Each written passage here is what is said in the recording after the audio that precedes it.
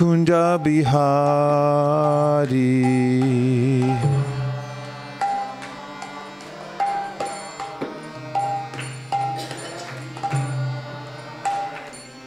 Jaya Radha Madhava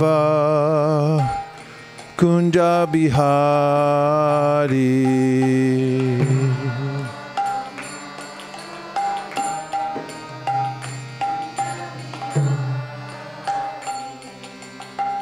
Gopi Jana Vallabha Girivardhari.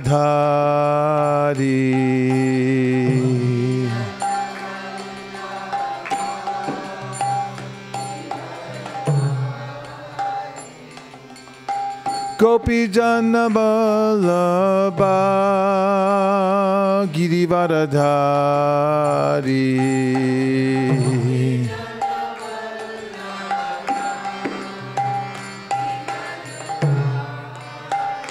Jashodanandana Vrajajanarandana.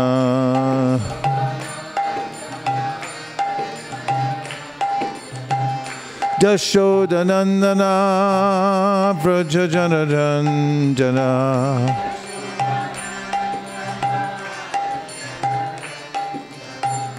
Jashodanandana Vrajajanarandana.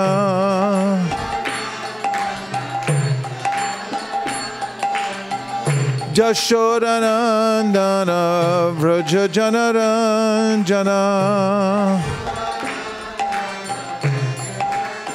Jamunatira Vanachari.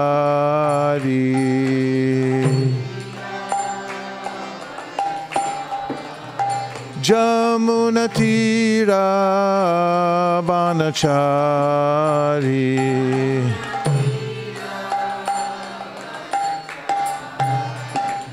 Jaya Radha Madhava Kunja Bihari.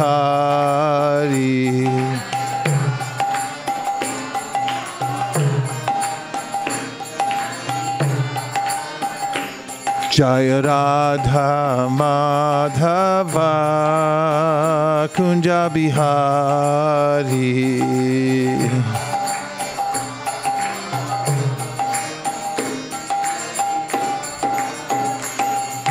Gopi Jana Vallabha Girivardhari.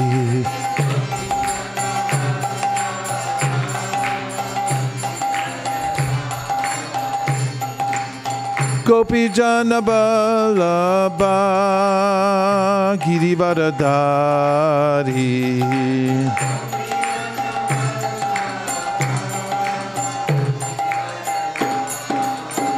Shodanandana Vrajajanarandana.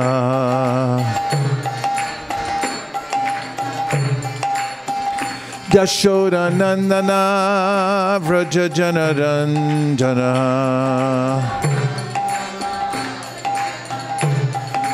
Yashodanandana Vrajajanarandana.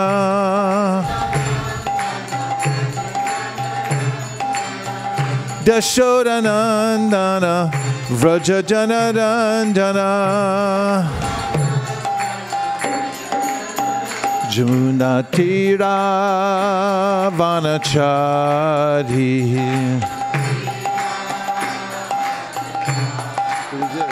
Jamunatira Vanachari.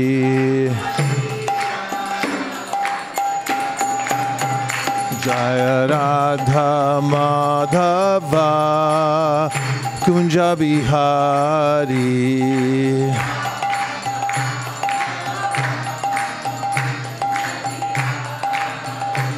Jaya Radha Madhava Kunja Bihari.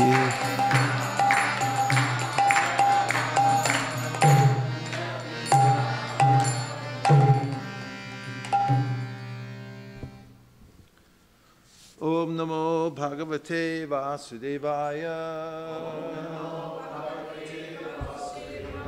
Om Namo Bhagavate Vasudevaya.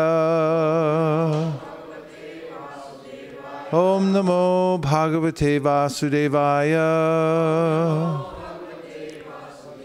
Narayanam Namaskritya Naram Chaiva Narottamam Devim Sarasatim Vyasam Tato Jayam Udiraye. Tato Jayam Udiraye. This is our very means of conquest. To be able to have the facility we have now is quite extraordinary. It's the mercy of Krishna through the parampara. I may take it for granted that I have this configuration, the altar of Shri Shri Radha Madan Mohan, Lord Chaitanya Mahaprabhu, Shri Shri Lakshmi Nrsimhadeva, Panchatattva. We have our acharya, we have space to hear and chant and so forth. But actually this is a very specific arrangement that has been passed down to us from Krishna through the parampara and designed. And with such an arrangement, one can, by participating in hearing and chanting about Krishna, one can cross over the ocean of material existence, which Krishna says in the Bhagavad Gita is formidable. Daivihi eshu gunamayi ma maya duratyaya mamevaye prapadyante maya metam tarantite. That this material nature is very difficult to overcome. And furthermore, in the Bhagavad Gita, he says, Mam chayo vyabhicharena bhakti yogena sevate sagunan samatityaitan brahmabhuya yakalpate. The means to rise above it is, well, first of all, to surrender to Krishna. And then the means of surrender is to organize one's life to accept things that are favorable, to reject things that are unfavorable, to develop a dependence on Krishna as one's maintainer and as one's protector, to always be very humble, and to consider that everything that I have, including myself, belongs to Krishna. And everything that is achievable can be achieved through the process of bhakti. This is called the faith. Shraddha Shabde Vishwas Kahe Sudri Danich Joy Krishna Bhakti Koila Sarva Karma Krita Hoy. When I have an ever-increasing understanding that by performing bhakti, all other duties are done and everything that's achievable can be achieved, this is called Shraddha, or faith. And this is confirmed in the Srimad Bhagavatam, Devarshi Bhutapnan Rinam Pitrinam Nakinkaro Nayam Nranicha Rajan Sarvatmanaya Sharanam Sharanyam Gato Mukundam Prihrita Kartam. That if one is in the surrendering process to Mukunda, then all of one's obligations to other entities are covered. I was going to say nullified, but I like covered better. Krishna covers it all. He writes a big check. You don't have to worry about the other things. So it's befitting that we're here, gathered in this place. It's what the sages at Naimasaranya, how they attain perfection by meeting Sutta Goswami there.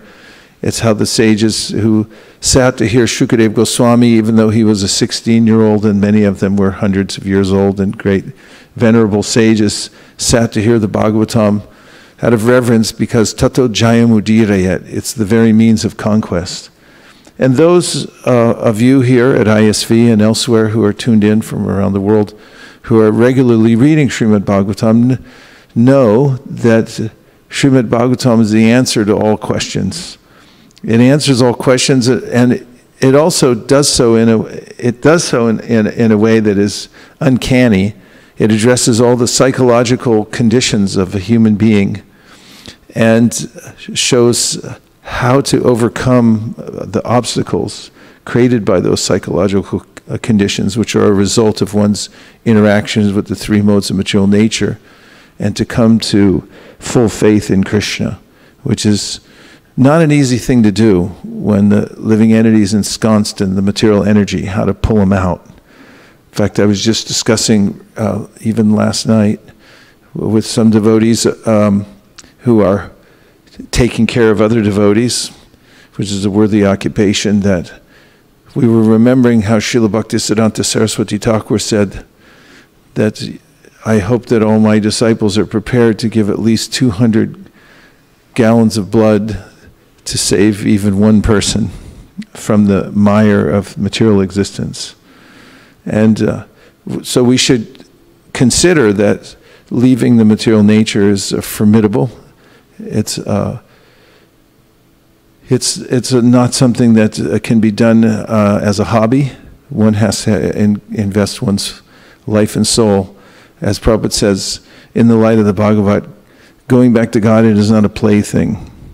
It must be taken very seriously. On the other side, the acharyas have lined up the process in such a streamlined way that ordinary people can take advantage of the system. You don't have to become a great sage and move to the mountains.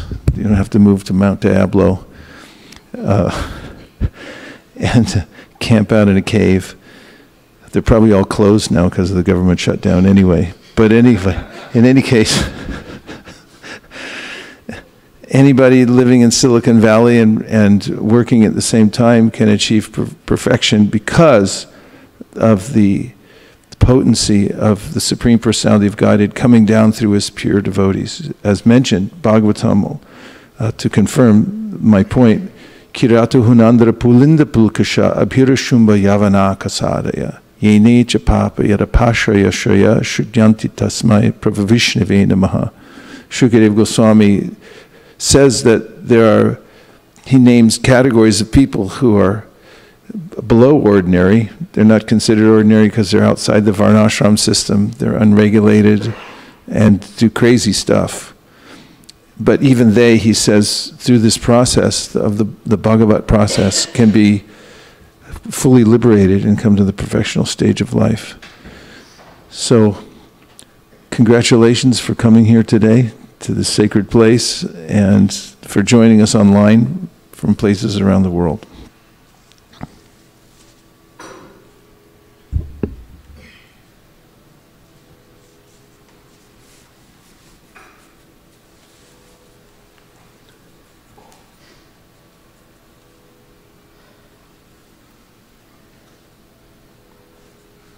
So first we'll chant the Mangal-charan.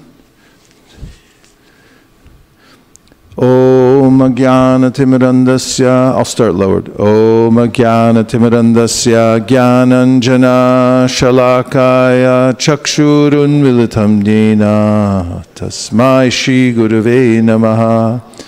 Shri Chaitanya Manobhishtam Stapitam Yena Bhutale Swayam Rupa Kadahmayam Dadati Swapadantikam Vandeham Shri Guru Sri Yuta Padakamalam Shri Gurun Vaishnavamscha Shri Rupam Sagrajatam Sahagana Raghunatham Vitam Tam Sajivam Sadvetam Sadvajutam Parijana Sahitam Krishna Chaitanya Devam Shri Radha Krishna Padan Sahagana Lalita Shivishakhan Vitamscha He Krishna Karuna Sindho Dinabandho Jagatpate Gopesha Gopika Kanta Radha Kanta Namostute Tapta Kanchana Gaurangi Radhe Vrindavaneshwari Vrishabhanu Sute Devi Pranamami Hari Priye Vancha Kalpatarubhyascha Kripa Sindhubhya Evacha Patitanam Pavanebhyo Vaishnavebhyo Namo Namaha. Jaya Shri Krishna Chaitanya Prabhu Nityananda Shri Advaita Gadadhara Shivasari Gaura Bhakta Vrinda. Hare Krishna Krishna Krishna Hare Hare Hare Rama Rama Rama Hare Hare. Go Premanande Hari Hari Bo. So in the Srimad Bhagavatam, in the 8th canto, we find that Bali Maharaja is actually the grandson of Prahlad Maharaj, had conquered the heavenly kingdom, the demons went up into the heavenly region and they observed the beauty of heaven and saw Indra and all his minions there engaged in their daily activities, which are pretty nice because it's heaven. And then they took it over, and the demigods all had to leave. And this may seem quite surprising, but the Bhagavatam points out to us again and again what Krishna says in the Bhagavad Gita, Abrahma bhuvana loka punar avartino arjuna mamupetya tu konteya punar janma navidyate. That the material world is a place of suffering from the topmost planet, Brahmaloka, down to the lowest, Patala. And no matter what kind of condition one thinks is nice here in the material world, it's actually an illusory type of nice because it's not our home and will be moved along. Recently, when I was along the California coast, I saw how many people had purchased prime property right along the coast, the headlands, the California coast, beautiful views of the ocean, and invested millions of dollars in building homes. And I'd see the homes and I'd look down at the ocean and how the ocean had, over time, probably hundreds, maybe thousands of years, worn holes in the huge masses of rock below. So there were actual channels that go through from the relentless pounding of the waves. And then I was comparing in my mind the time scale of the people living in the homes to the ocean and the forces of nature. And in geological time, our lives are but a flicker, a flash. 70 years, 80 years, if one's lucky, goes by in blink of an eye. And time moves on inexorably. However, everyone's thinking that I have some important things to do here, and I'm an important person. But not only is our life tenuous here, but it's rather insignificant as well, unless one's engaged in the process of devotional service, as is mentioned in the Bhagavatam, Ayur Harati Vaipum Sam, that the sun is crossing over the sky and it's telling everybody, you're wasting your time. Unless you're hearing and chanting, you're actually just burning yourself out in the few seconds that you have to take advantage of this life. And this is true not only on this earth planet, where we have a modicum of happiness and success. It's kind of a blessing, actually, because we're right in the middle. But in the heavenly planets, where things are perfectly aligned, well, not perfectly, as I'm saying, but they're aligned in such a way that one feels the kind of way you do when you have enough money for the foreseeable future, the weather's good, and your refrigerator's full, and you don't have any worries at the moment. In heaven, things are like that all the time. So people tend to forget about self-realization. In any case, it's as good as it gets in the material world, practically. And normally, those places are reserved for people in the mode of goodness. However, here in the 8th canto, we find that the demons usurp that region, and Bali Maharaj and his companions move into heaven, and Indra has to leave.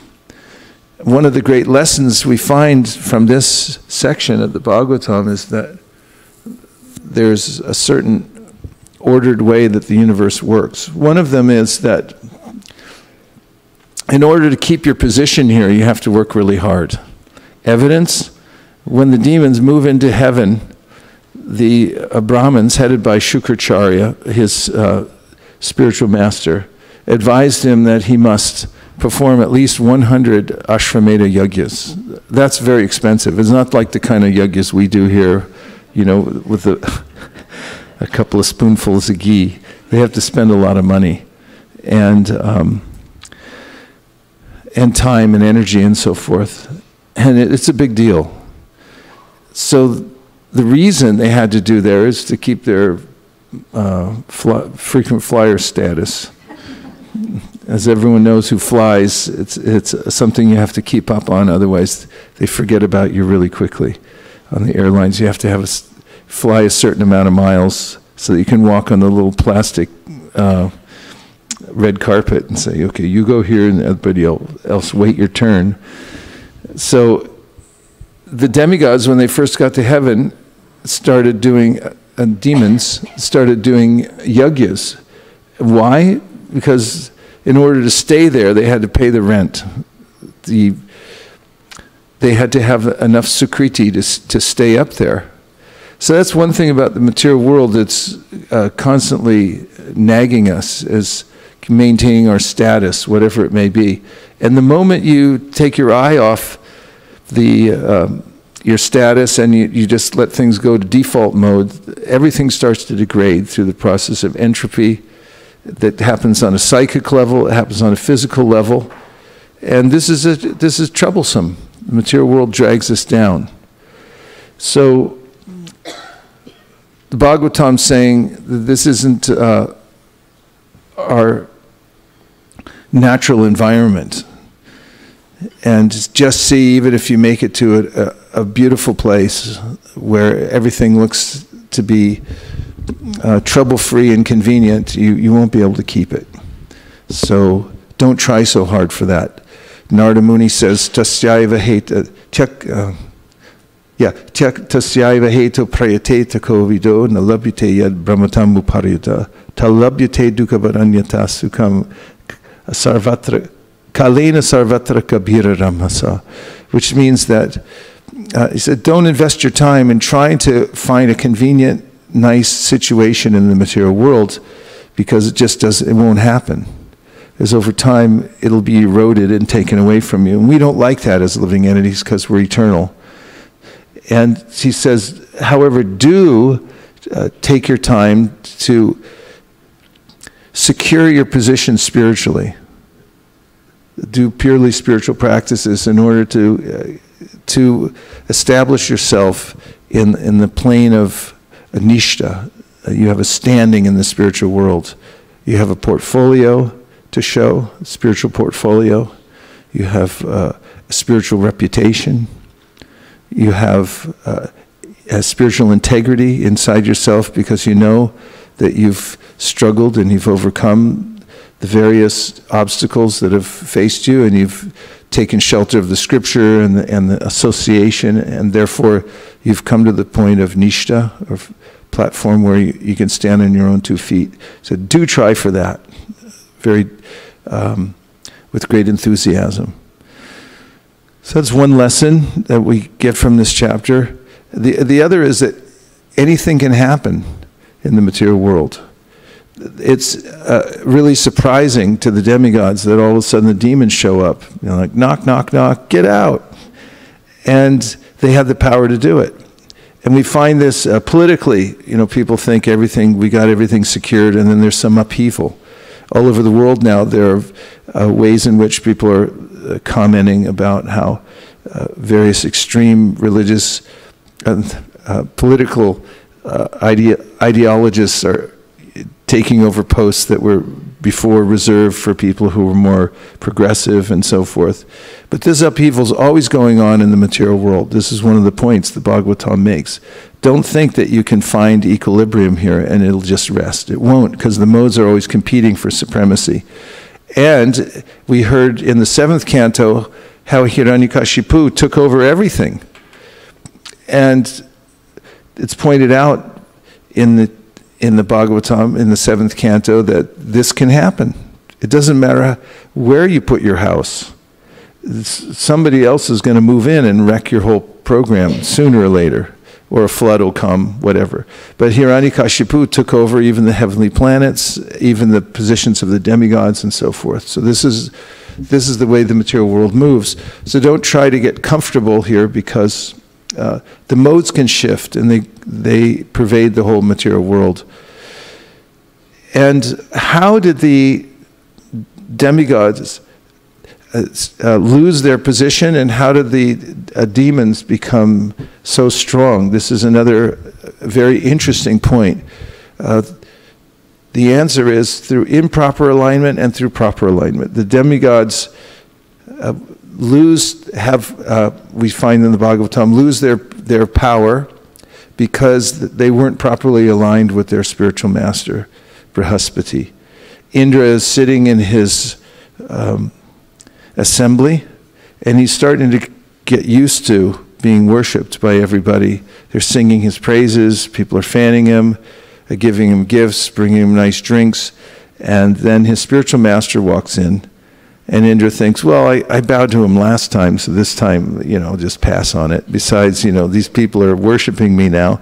And so Brihaspati can understand the mentality of Indra. And he didn't say anything, he just turned around and walked out and disappeared completely. And that's really hard when that happens, because then Indra came to his senses and realized, oh, I think I made an offense. He ran after his spiritual master, but he was gone. And after that, Indra and the demigods lost their potency. Meanwhile, the demons were aligned with Shukracharya. Now he's a family priest. In other words, he's not considered to be the topmost of spiritual masters, because he's a functionary in some ways, helping the demons to achieve their material desires and so forth. And he also has his desires. He's getting paid by them, basically. Nonetheless, because the demons were aligned with him properly and worshiping him, they had potency and power. It's a very interesting point just about alignment itself. We sing, Yasya prasada bhagavat prasado, Yasya prasada nagati kutopi, Dhyayam stuvam stasya yasas trisandyam, Vande Guru Shri Charanaravidam. There's a way in which the Vishwanath Chakravarti Thakur writes in this prayer, if you're properly aligned in spiritual life through the cyclic succession, through your guru, you're a servant of the servant, you're pleasing your guru, then the blessings will be flowing through. And if you lose that connection, then very quickly you'll find that you lose your potency. So those are a couple lessons from that chapter, but it's leading up to the Payovrata vow that I want to bring up in just a minute. But first we'll take a couple of reflections. For instance, how are you doing? And anything that you heard so far that you want to reflect back. Shraddha.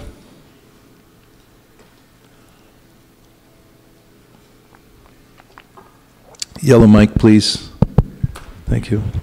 I really liked your comment about the alignment and how we alignment to be aligned with the right place, and especially to be aligned in the right way with your spiritual master. And Indra didn't do that, and that's why he suffered so much. I was also thinking about how other alignments are also important, like if the wheels of the car are not aligned, then it gives you a lot of grief while you're driving. Yeah, alignment leads to happiness. Yes, Radhakripa Prabhu.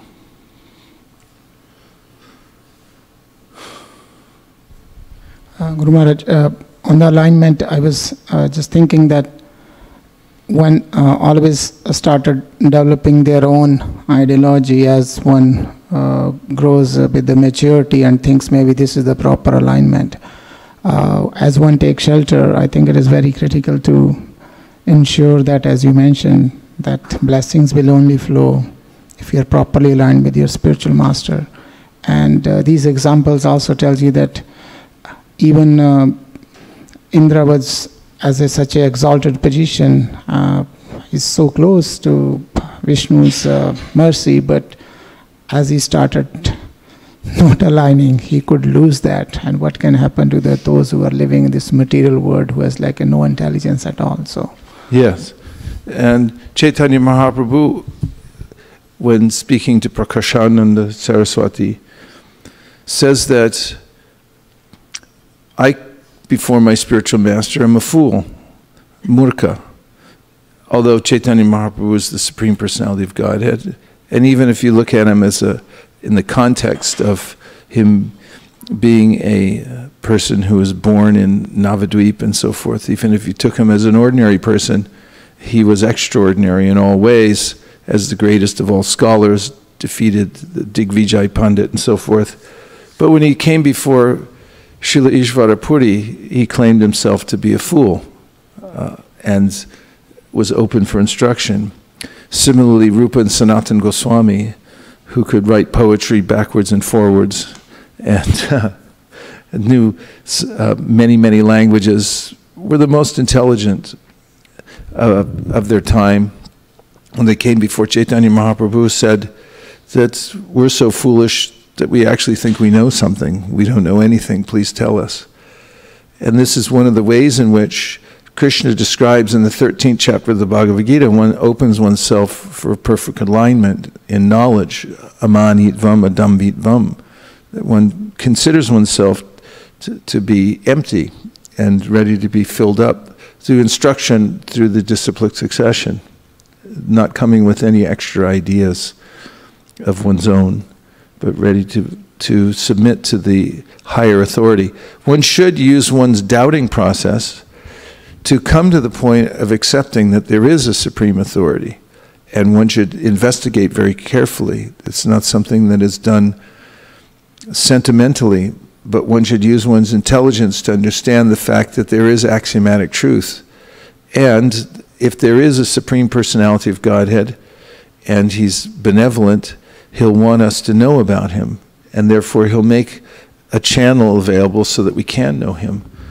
And if one can investigate the process of knowledge, how it comes down, the fact that there is an absolute truth, and surrenders to that, then one will be perfectly aligned. Yomam evam asambuddho janati purushottamam sarvavid bhajatimam sarvabhavina bharata.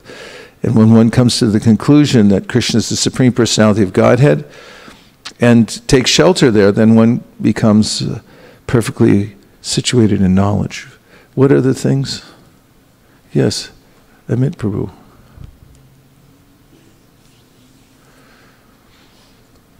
Krishna Prabhuji. Hare Krishna Prabhuji. Red mic needs to go up a little bit, please.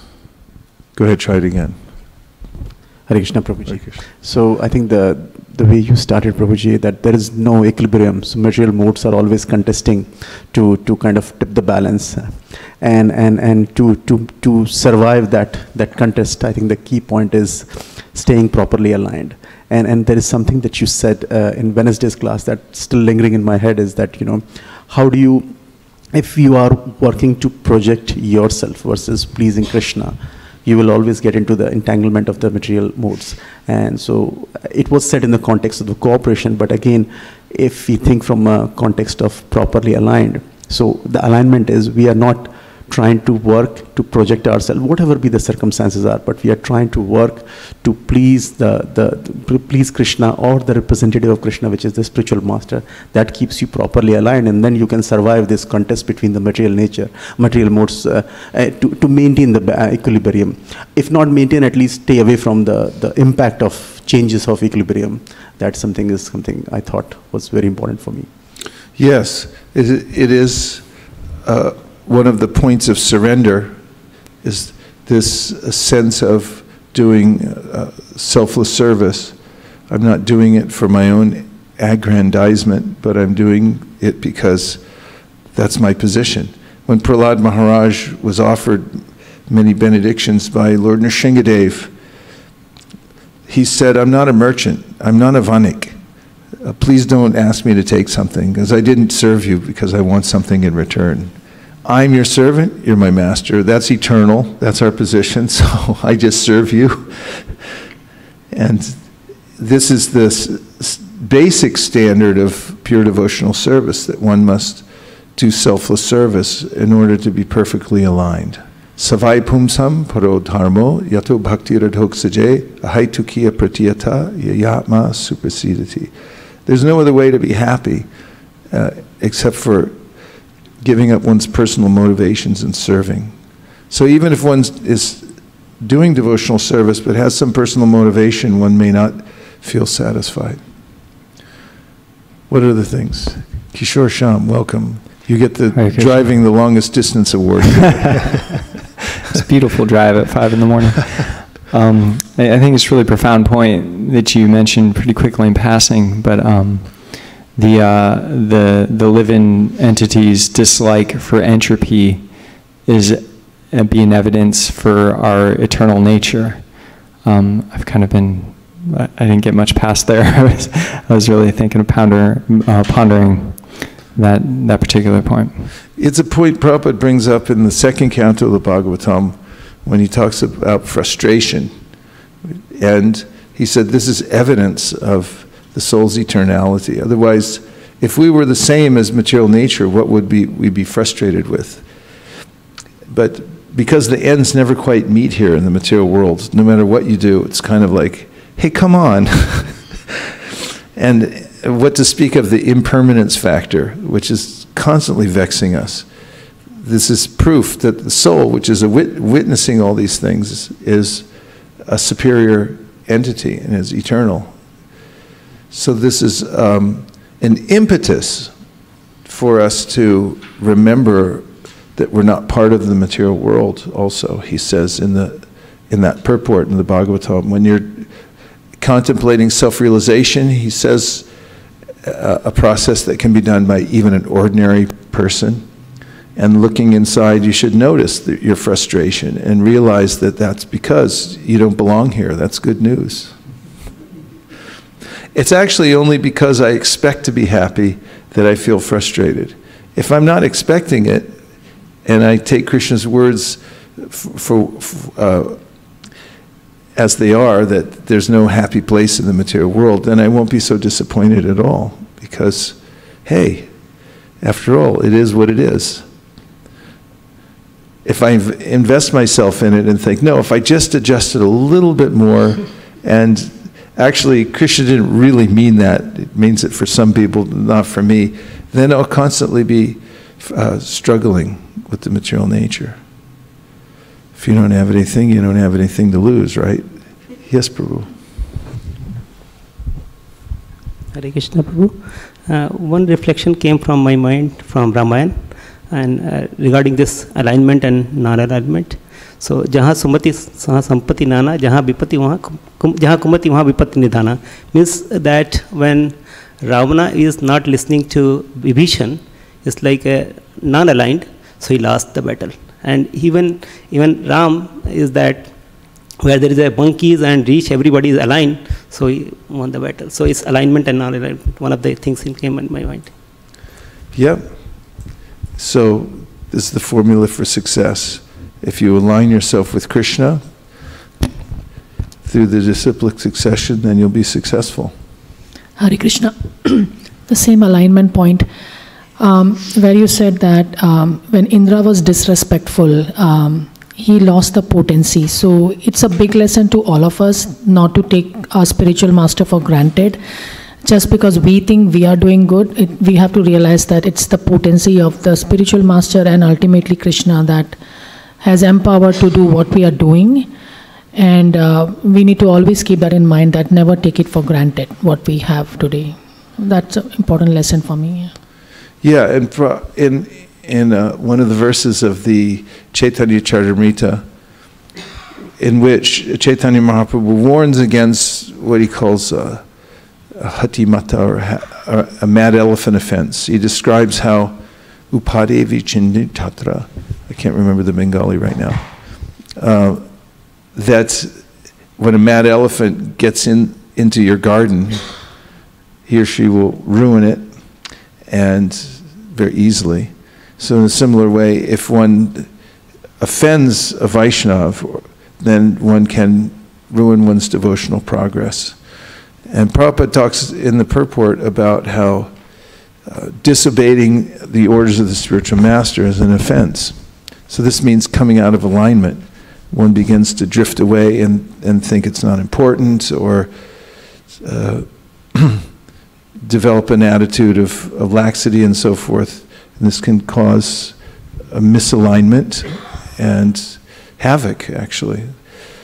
I just read something recently where Prabhupada said that even someone who's very spiritually advanced, if they disregard the process and make bad decisions, they can put themselves in a really difficult situation. So he was advocating that we be careful and remember the fortune that we have, and remember to stay aligned. There's a tendency often in many disciplines, as soon as one becomes advanced, to start thinking that I don't have to follow as much. But the admonition is given by Chaitanya Mahaprabhu that even when one is in a very advanced situation in devotional service, externally one should still perform the rules and regulations meticulously, at least for the example that it sets for others. So again, the alignment is important. Yes. Yes, Shraddha. From the internet. So Bhaktin Kamla Vasant is watching, and she really liked the term spiritual portfolio. Yes, spiritual portfolios. And she also says that I think alignment is the big thing today, trending today. So she was saying that that without alignment with the spiritual master, blessings will not flow. And we have Radha Venkat Prabhu from Folsom, and he's saying that Bhagavad Gita 18.58 also talks about alignment, where alignment with Krishna and doing things with... Well, we're going to have to take a look at it then, right? 1858, please. 1858.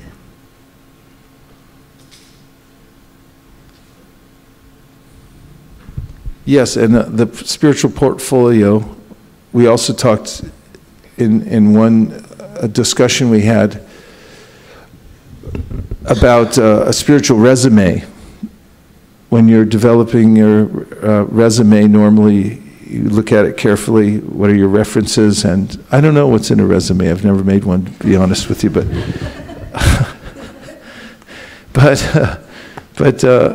we have to have also a spiritual resume.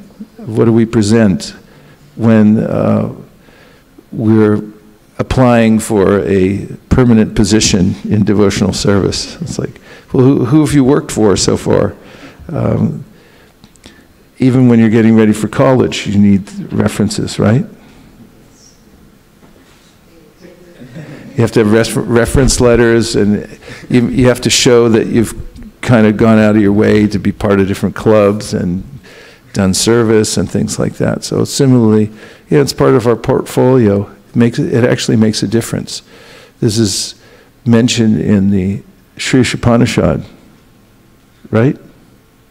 We'll hear from our pundit circle down here which verse I'm thinking about.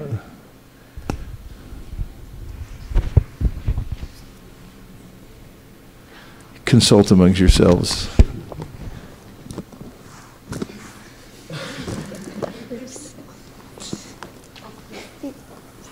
The verse starts with a V. You know the verse. Yeah, just say it in the mic. Be a little assertive, please. Vair anilam amritam atedam pashmantam shariram om kritosmara kritam smara kritosmara kritam smara. Very, very good. Now give it to your brother and he'll explain why I picked that verse. You don't have to give the exact English translation, but in the context of what I was saying, what does that mean? And by the way, I was talking about resumes and portfolios, and it matters what you have to present.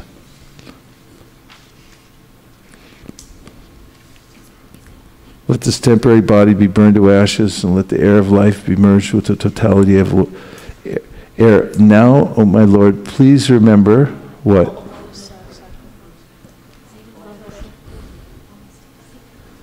Please remember all my sacrifices. All my sacrifices that I've. Because you're the ultimate beneficiary, please remember my resume.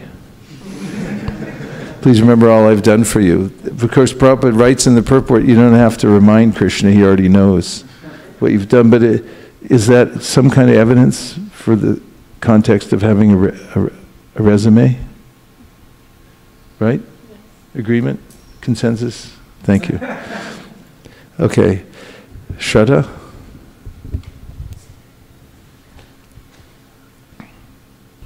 So Yashoda Kripa Prabhu is holding the fort alone in the kitchen today. So he's texted me his reflection. Oh, please. So he's saying that Brihaspati was a functionary guru and not a Vaishnava devotee spiritual master. So there's a tendency in people to believe any religious person as a guru, which may not be necessarily in the disciplic succession. So we have to respect everyone, but be careful with who is not a genuine Vaishnava guru. Yes. And this comes up in the pastime of Bali Maharaj, because Bali Maharaj had decided to surrender to Vishnu, and when Vishnu came to him in the form of a little dwarf Brahmin, who incidentally is mentioned in the Laghu Bhagavatamrita as one of the most beautiful of the incarnations of the Lord, a little brahmachari holding a pot and a stick. It's like, just want 3 paces of land. It's like, come on, ask for more. It's like, that's okay. I don't need any more. I'm satisfied. Oh, well, Bali's, his namesake is here, so he wants to say something.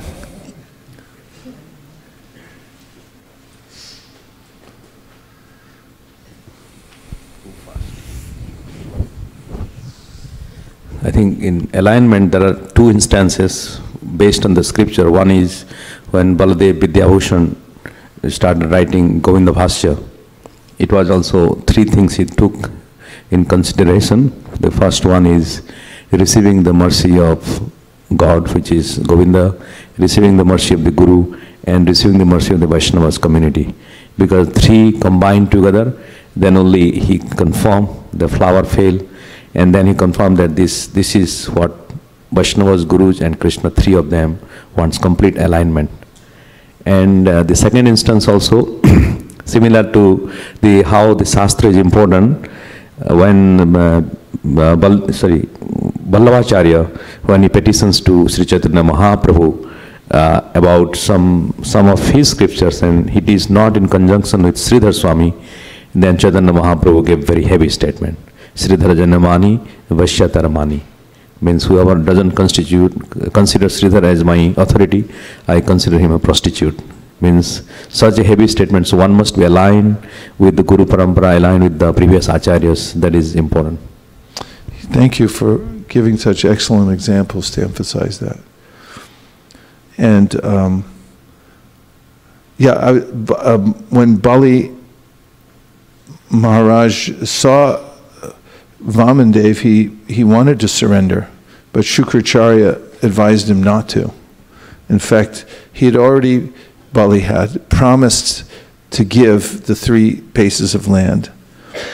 And when Shukracharya told him that you're actually about to be cheated because this is Vishnu, and with the first 2 steps he's going to cover everything, and then what will you do?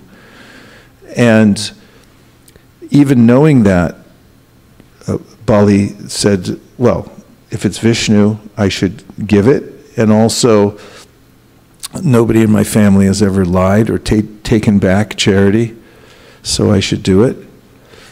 And Shukracharya cursed his disciple, said, I curse you to lose everything.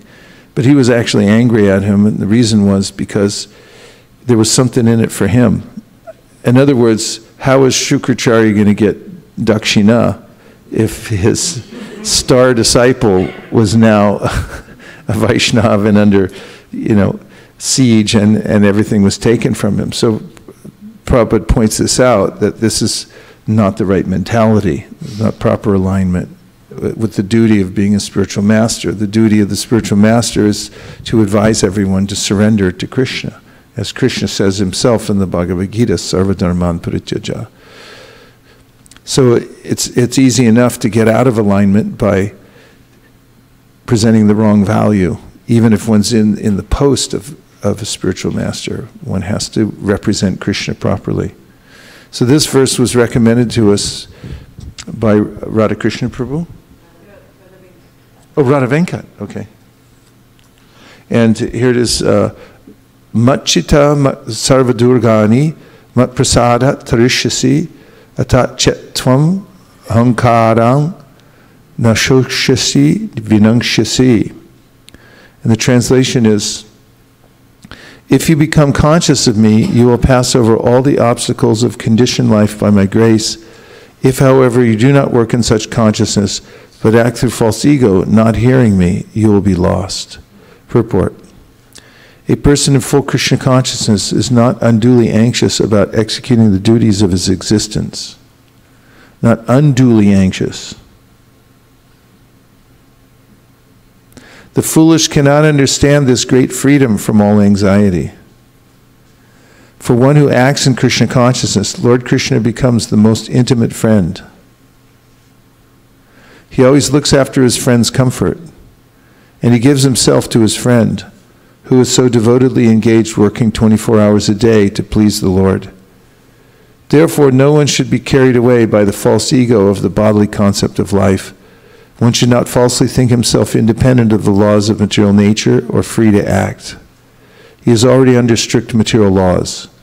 But as soon as he acts in Krishna consciousness, he is liberated, free from the material perplexities. But as soon as he acts in Krishna consciousness, he is liberated, free from the material perplexities. One should note very carefully that one who is not active in Krishna consciousness is losing himself in the material whirlpool, in the ocean of birth and death. No conditioned soul actually knows what is to be done and what is not to be done. But a person who acts in Krishna consciousness is free to act, because everything is prompted by Krishna from within and confirmed by the spiritual master. So let's go back to the top of the purport. Is a person in full Krishna consciousness not unduly anxious about executing the duties of his existence? Doesn't mean you don't execute the duties of your existence, but you're not unduly anxious about them. It's confirmed by Prahlad Maharaj in his prayers to Lord Nrsingadev when he says that a boat on water can't save a drowning man, that parents can't save their children, and that medicine can't save a sick patient unless the Lord authorizes it. And this should be the consideration even as one's doing one's duty, that it won't be successful unless Krishna gives his blessing. And that's something that Srila Bhaktisiddhanta Saraswati Thakur used to mark by saying Krishna willing. In other words, we say we're going now to the town, Krishna willing. We'll just be there in 5 minutes, Krishna willing. Being aware of the fact that I'm not independent in my movements here in the world or for the outcomes of anything is one of the most basic and important aspects of Krishna consciousness. One should remain conscious of me always in that way. And I really like the second line, the foolish cannot understand this great freedom from all anxiety. And that's the only way to actually become free from anxiety, is to become freed from claiming that one's the doer. And if one accepts the fact that one's completely dependent on Krishna, then there's a kind of freedom that nobody else can achieve through arranging the material nature in a certain way. Any other comments about the purport? Yes. Please.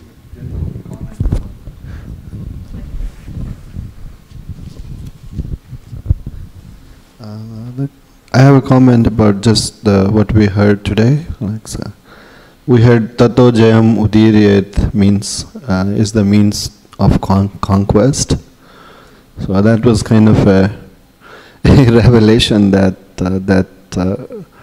by performing Kirtan, you connect with Bhakti, and then you defined faith, which is everything that we have belongs to Krishna, and then everything that we need can be attained through Bhakti.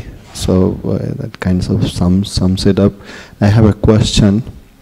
That you talked about nishtha. So nishtha is a result of constant practice, or it is it's a result of blessings from Krishna, or it is a result of thickening of faith? Or what was the third thing? Thickening of faith by practice. All three. It is considered the thickening of faith. Yadrishi shraddha siddhir bhavati tadrishi. Brahma Samhita says that's as one's faith thickens, one is known to be more advanced in devotional service. And actually the progression of stages of devotional service in which Nishta is mentioned, starting with Adao Shraddha Tata Sadasangata Bhajana Kriya Tato Narta Nivriti Sat Tato Nishta Ruchi Stata. This mention of Ruchi comes in the line of progressive stages of thickening of faith. And it begins, of course, with Agyata Sukriti. One comes in contact with devotees unknowingly, and then comes to the point of some awakening of a feeling of appreciation for devotional service, which leads one to association with devotees, which leads one to practicing devotional service, which leads one to the process of anartha nivriti. And yes, it's a thickening of faith. It's also based on practice and the mercy of Krishna. The way that this is mentioned in the Srimad Bhagavatam is in the progression of verses in the first canto, second chapter, beginning with Shushrusho Shradhanasya Vasudeva Kataruchi Syan Mahat Sevaya Vipra Punya Tirta Nishevana. So this verse says that if you serve a devotee, you did great thing. This is a great service. And by that, your taste for hearing about Krishna will awaken. Then, Shrinvatam Swakata Krishna Punya Shravana Kirtana Hridyantaksto Hibhadrani Vidunoti Suhritsatam. As you hear and chant, Krishna helps you from within the heart to remove the obstacles. The Nashta Prayeshu Bhadreshu Nityam Bhagavata Sevaya. This verse is interesting because it's mentioning that your anarthas are removed by the process of hearing in association of devotees practically to nil. And the next verse then goes on to say that, describe the position in which tada rajastamo bhava. At the time when all of the anarthas are gone, then you realize yourself and your relationship with Krishna. So there's progression that happens as you practice, but one of the ways in which it happens is that Krishna notices that you're hearing and chanting, and he takes a personal interest in helping you. Of course, he always has a personal interest in helping us, but when we exert ourselves to listening to the pastimes of Krishna and the instructions of Krishna, then he especially helps us from within the heart. Kishore Sham, please.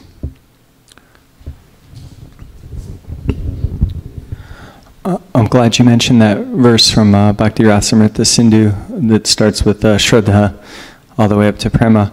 I've been reading the Bhakti Siddhanta Saraswati's Prakrita Rasa Sata Dushani, right? The development of rasa without mistaking it for being material rasa. Right? There's 100 verses on this. And I'm a little confused.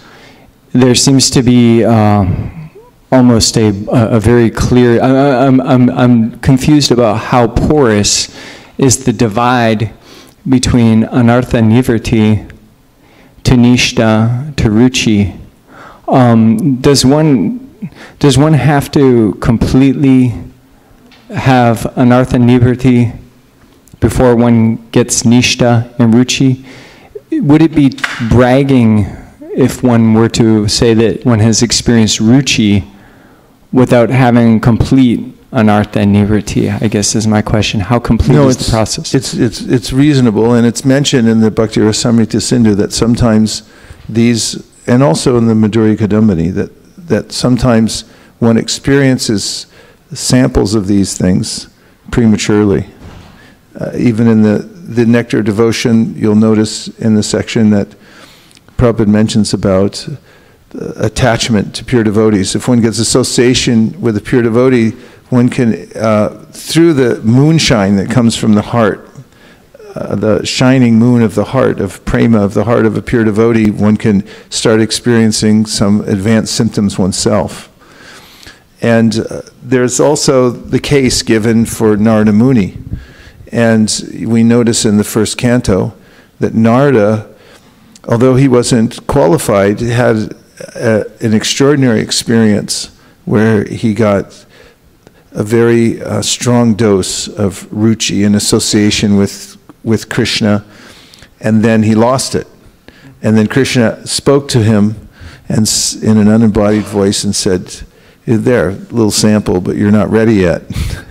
So keep practicing. So yes, they can be, one can experience these things out of turn, but the being actually situated in that properly is something that happens in progression. If I may, elsewhere, Rupa Goswami mentions lobha in its relationship to ruchi. But then I note that on that particular list, lobha is not included. And neither is rati. Though I tend to equate rati with bhava, I'm just a little confused on like maybe the positioning of lobha in terms of ruchi. And then am I right to be equating rati with bhava on that particular list? Yeah, and those details are enumerated in the literatures, like the Bhakti Rasamrita Sindhu and so forth. And one thing that we should know importantly is lobha comes after anartha nivritti. In other words, that once we're freed from the dross of these particular obstacles to our devotional service, which are mentioned, the obstacles to coming to Nishtha are actually start off with first is laya, which means sleep. It means that I have a tendency to sleep while I'm doing bhajan. Like I start my bhajan and then I think, I'd rather go to sleep. Of course, if someone told me I won the lottery, I probably wouldn't be asleep. So the tendency to sleep is one of the obstacles. And then another one is distraction. And it means that while I'm doing my chanting, while I'm doing anything else, my mind jumps to some other thing. It's not fixated on the hearing and chanting. The real situation of pure devotional service, madguna shruti matrena mai sarva guhashaye manogatir avichina yata gangam basom mudao. That the mind is fixated on hearing about Krishna and pulled just like the water of the Ganges goes towards the ocean. And then there is a situation in which one's not distracted. There are no distractions, but one's just not interested. And then there's innate desires that I have. They're just there in my senses. There's kind of a contamination. Senses have that they're attracted to their objects naturally.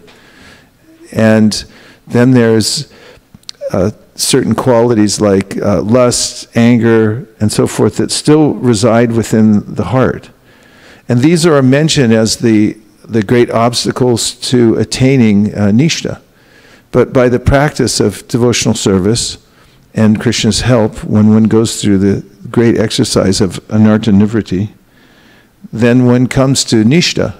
And Nishtha is actually defined as the absence of these obstacles. Then one begins to develop lobha, or intense greed for devotional service. And after all, what else are you going to do? If you don't have any preoccupation with the material world anymore, what else are you going to do except for devotional service? And the process of ruchi as the very positive phase where you've been pushing the rock uphill and now it's starting to roll down the other side. It starts to go easily because you're actually interested in this. It's not like you're struggling to bring your mind back. Actually, in Ruchi, it's easy to bring your mind back to the topic of hearing about Krishna. And after Ruchi Asakti, where one's actually attached, then it's very difficult to bring one's mind back from all the other things one has to do in the. In other words, it's difficult to take one's mind away from the topic of Krishna and apply it to the rest of the things one has to do in the world. We see that in Uddhava, when Vidura starts to ask him questions, he has to wrest his mind away from Krishna's lotus feet in the spiritual world just to be fully present and conscious to be able to answer him. But the details and the nuances are mentioned in all these scriptures as help to us, so that as we refine our practice, we can start to notice these things, and we can examine our various motivations and the levels of taste that we're attaining or not. And that's very helpful to know the progressive path. Thanks for bringing those things up. Shraddha has one here. Still can't tell what time it is, so. I mean, I could look at my watch, but I'm looking at that wall. Can you tell what time it is by looking at that? What? By looking at that. I'm asking if you can look at that clock and tell me what time it is. No, I'm not asking what time it is. I'm asking if you can look at that clock and tell me.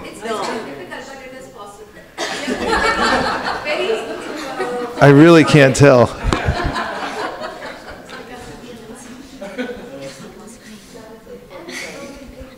It's very interesting. Okay, sorry I disturbed everybody. Go ahead, Shraddha. I was saying there's one, we were discussing 1858, and there's another verse which is in complete alignment with 1858, and that's 12-16, where Krishna is defining the pure devotee. 12-16. Bhagavad Gita 12-16. And what are we looking at this verse for? What is it proving? It's an alignment with 1858 and what you have been saying all along. Okay, here's an alignment verse. Anupeksha Shutir Daksha Udasino Gatavyata Sarvarambha Parityagi Yomad Bhakta Same Priyaha. Translation is, my devotee who is not dependent on the ordinary course of activities, who is pure, expert, without cares, free from all pains, and not striving for some result, is very dear to me. Purport. Money may be offered to a devotee, but he should not struggle to acquire it. If automatically, by the grace of the Supreme, money comes to him, he is not agitated. Naturally, a devotee takes a bath at least twice in a day and rises early in the morning for devotional service. Thus, he is naturally clean both inwardly and outwardly.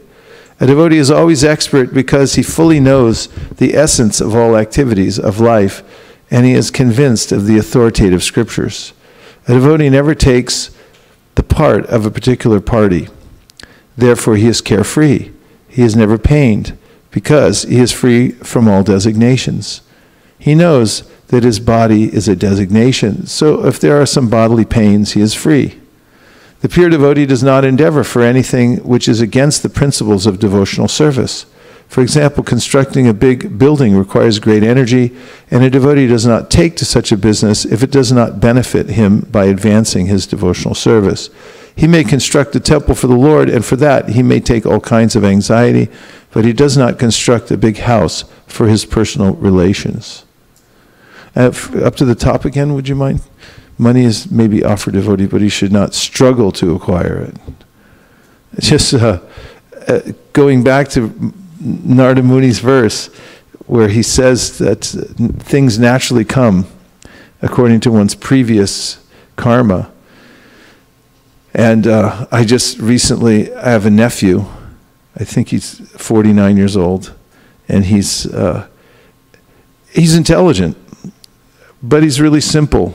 He just retired because he could at 49, because he inherited from both my sister, who had money, and his father, who recently died. So he lost his father and his mother recently, but they both had a lot of money. And but he's never really worked very hard at all. He's a librarian.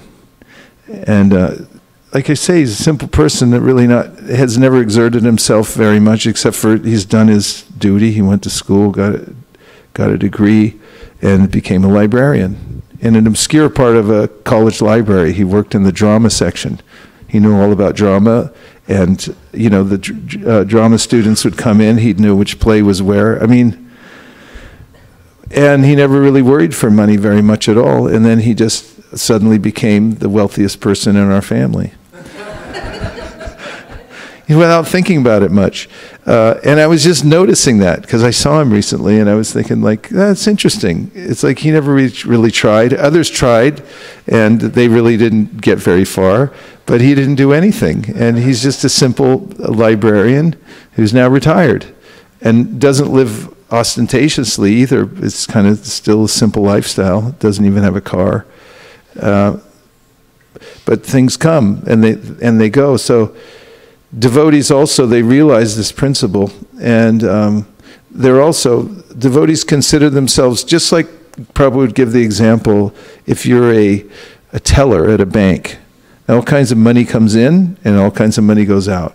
When it goes out, what does he care? And when it comes in, he's also not disturbed. He just puts it in the right place. So devotees also realize that whatever I have, it's coming by Krishna's grace, and it's not mine, so I just take care of it. And if it goes out, that's fine too. It's up to Krishna. I'm just watching over these things for him. And you had another point, please. Actually, Narhari Dev Prabhu from Canada posted something. Yeah. Thanks for joining us, Narhari Dev Prabhu.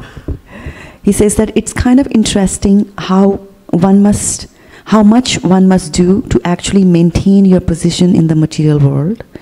Even the demons had to do 100 Ashwamedh sacrifices to get to stay in the heavenly planets. Trying to remain Krishna conscious and engaging in devotional services is important while maintaining one's body in this material world.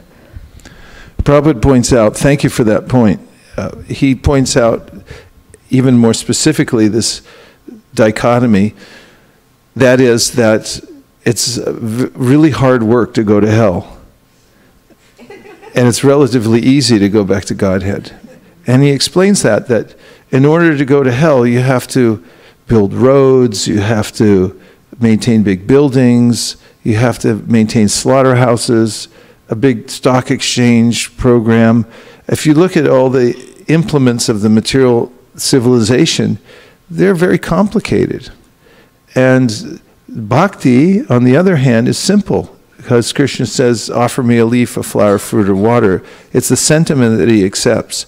Not that, of course, we shun any of the material facilities, or not that we're Luddites, but we understand that the extra engagement to acquire things, the struggle that is required to maintain a status quo in the material world is futile, because there's already a certain amount that's allotted to us because of our previous activities and so forth, and one has to do one's duty dutifully, but depend on the result from Krishna.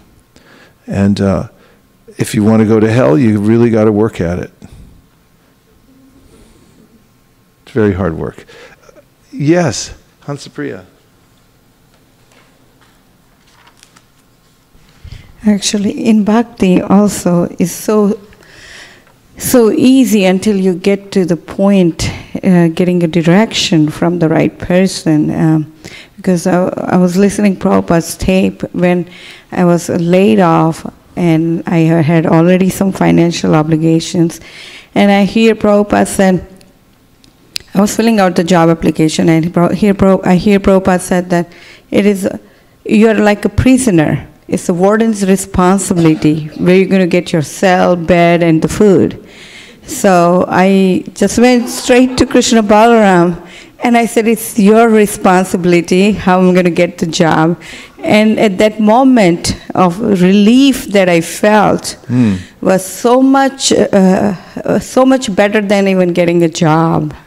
So I just wanted to share that in bhakti, if you get the proper direction, even that much, even if it's difficult, you have to maintain, but it becomes better. Thank you. Thank you. Nice, very practical, something we can really relate to in our personal lives. Yes, Akeshri. Prabhuji, this was connected to the earlier thing about Nishtha, Ruchi, Yes. the stages. So I was just wondering that, when I just got to Krishna consciousness and I was told that, anything that is material you should not be doing. You have to do only things spiritual. So I was a very avid movie watcher. So as soon as I got to Krishna consciousness, I started chanting 16 rounds and I totally gave up watching movies. And, it was like almost for many years. And then I used to be an orchestra singer for Bollywood songs in my community. So I would remember all the songs, but it was all gone. I was like, wow, I don't even have an attraction towards it anymore. Now, after 20 years, I feel I'm back to square one, where, somebody reminds me of that song, I just want to go back and listen to it, or I want to sing the song, because I love music. So, I was just thinking that I just feel that after so much of sadhana, I'm coming back to the same square one.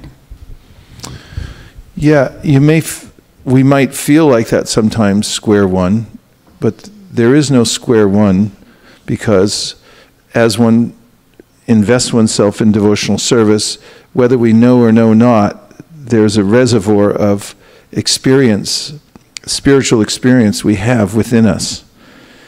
And that will come to bear. Prabhupada mentions that in the light of the Bhagavat, that we are practicing devotional service, and just as when people are practicing chaturmasya and they stay in one place and perform austerities, they may then begin to take it for granted and think, oh, I'm just sitting in a room, what are we actually doing here? And he says something profound, that they may not realize the result of their practice until they actually leave that room after 4 months. And when they walk out and look at the world, they'll think, oh, I'm different. The world's different. I'm seeing it differently because of my contribution to these austerities. I'm not saying that we should perform those kinds of austerities. I'm just saying that this is a metaphor Prabhupada's using for our lives, because then he goes on to say that our lives are a chaturmasya-like existence. Our lives are a chaturmasya-like existence. We're here for a short amount of time. We're performing our activities in devotional service. And then he says that we may not realize the full result of our bhakti practice until we leave the body. And when we do, then it'll all come to bear. So you're not back to square one. However, there are challenges that come up at different times during our practice of bhakti, and those we have to deal with, because as you know from playing sports probably, and you have to cross the finish line. You can't, if there's 4 laps, you can't quit at number 3. And also when you're going across the finish line, they teach you to run past it, because you don't want to just walk up to it or whatever. So we have to be vigilant coming into the last parts of our practice, and we also have to, at certain intervals, reinvest ourselves, realign ourselves, because complacency can come in at any time, and we can also become distracted. By degrees, it's really easy to drift off. Just like people trying to maintain a certain weight in their life, so then they're very vigilant for a while. They measure how much they're eating and so forth, so that they don't become overweight. And then after a while, they get thin again, and then they're thinking, I'm pretty good. I can have I'll have that cookie or whatever, and next thing you know, they have 2 cookies and then 10, and then a gallon of milk and 10 cookies before they go to bed. And then it's like, hey, how'd I get fat again? And by degrees also, we can slip away from our devotional practice also. So we have to remember, what our opportunity is, and that it all comes down to the end also. Ante Narayana Smritihi. You have to remember what we're working for. When we leave this world, we have to be able to remember Krishna? There are various answers to that question, but one of the simple ones is that we have to snap ourselves out of it every once in a while by good association and rededicating ourselves. That's why the beginning of the year is a good time to start over again and look and see, how am I doing? What have I slipped into by degrees and so forth? Yes.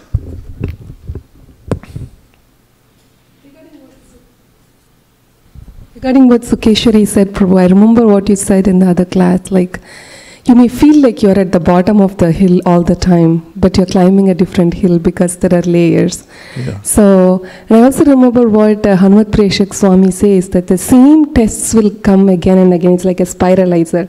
You may go through the same instances, but even when you indulge, you will feel that you're more equipped because of all the Chaturmasya period, like practice that you just mentioned, that you will be able to combat with much higher knowledge, as you just said. So I was just thinking about that. Like it may feel like we are still at the bottom, but it's a different hill at a higher elevation. Yeah. Right. Nice. It's a nice example, very encouraging. When you're going to the Himalaya, you're traversing the foothills and they're going up and down. Although you're rising in elevation, still it feels like there's ups and downs. That may be there. Yes, Prabhu. Guru Maharaj, to your earlier point when you mentioned that more the person become advanced, as Prabhupada mentioned in your discussion, you told that they have to be very careful. They shouldn't start taking the process lightly. I just wanted to highlight one experience I had 2 years ago when my mother's spiritual master visited actually gracefully our home, and he's 90 plus. And he has thousands of followers. But when we offered him the prasadam to try in the morning, and he gracefully declined, he said he hasn't yet finished his reading. I was stunned. I was on that stunned. He's 94 actually. But he said, I haven't finished that. I'm going to finish it while I'm driving to the Haridwar on the way, and then I will eat. So I thought, like, to your point, those who are advanced, they don't take things lightly, their practice. So just thought to share. Yeah, I felt that one. That was good.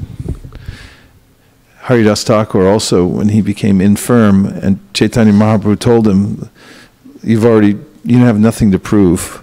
You don't have to chant so many rounds now. Haridas Thakur said, basically, he said, I'd rather die than not finish my rounds. So if you could accommodate me, I'll just die, now, while I can see you while I'm dying. So yeah, remembering the happiness of being strict. Entitlement is something Jamuna used to talk about, the famous disciple of Srila Prabhupada who passed away a few years ago, but she mentioned frequently how as one continues in the practice of devotional service and gains some status, one might then take advantage of it and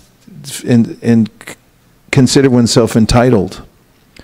That now I don't have to be as strict, or now I deserve certain things. These kinds of things can come in over the long run. So you have to strategize how to not succumb to such temptations and stay simple and humble and hungry as you continue. So, is there one more from the internet? Oh yes, from over here in the Pandit circle.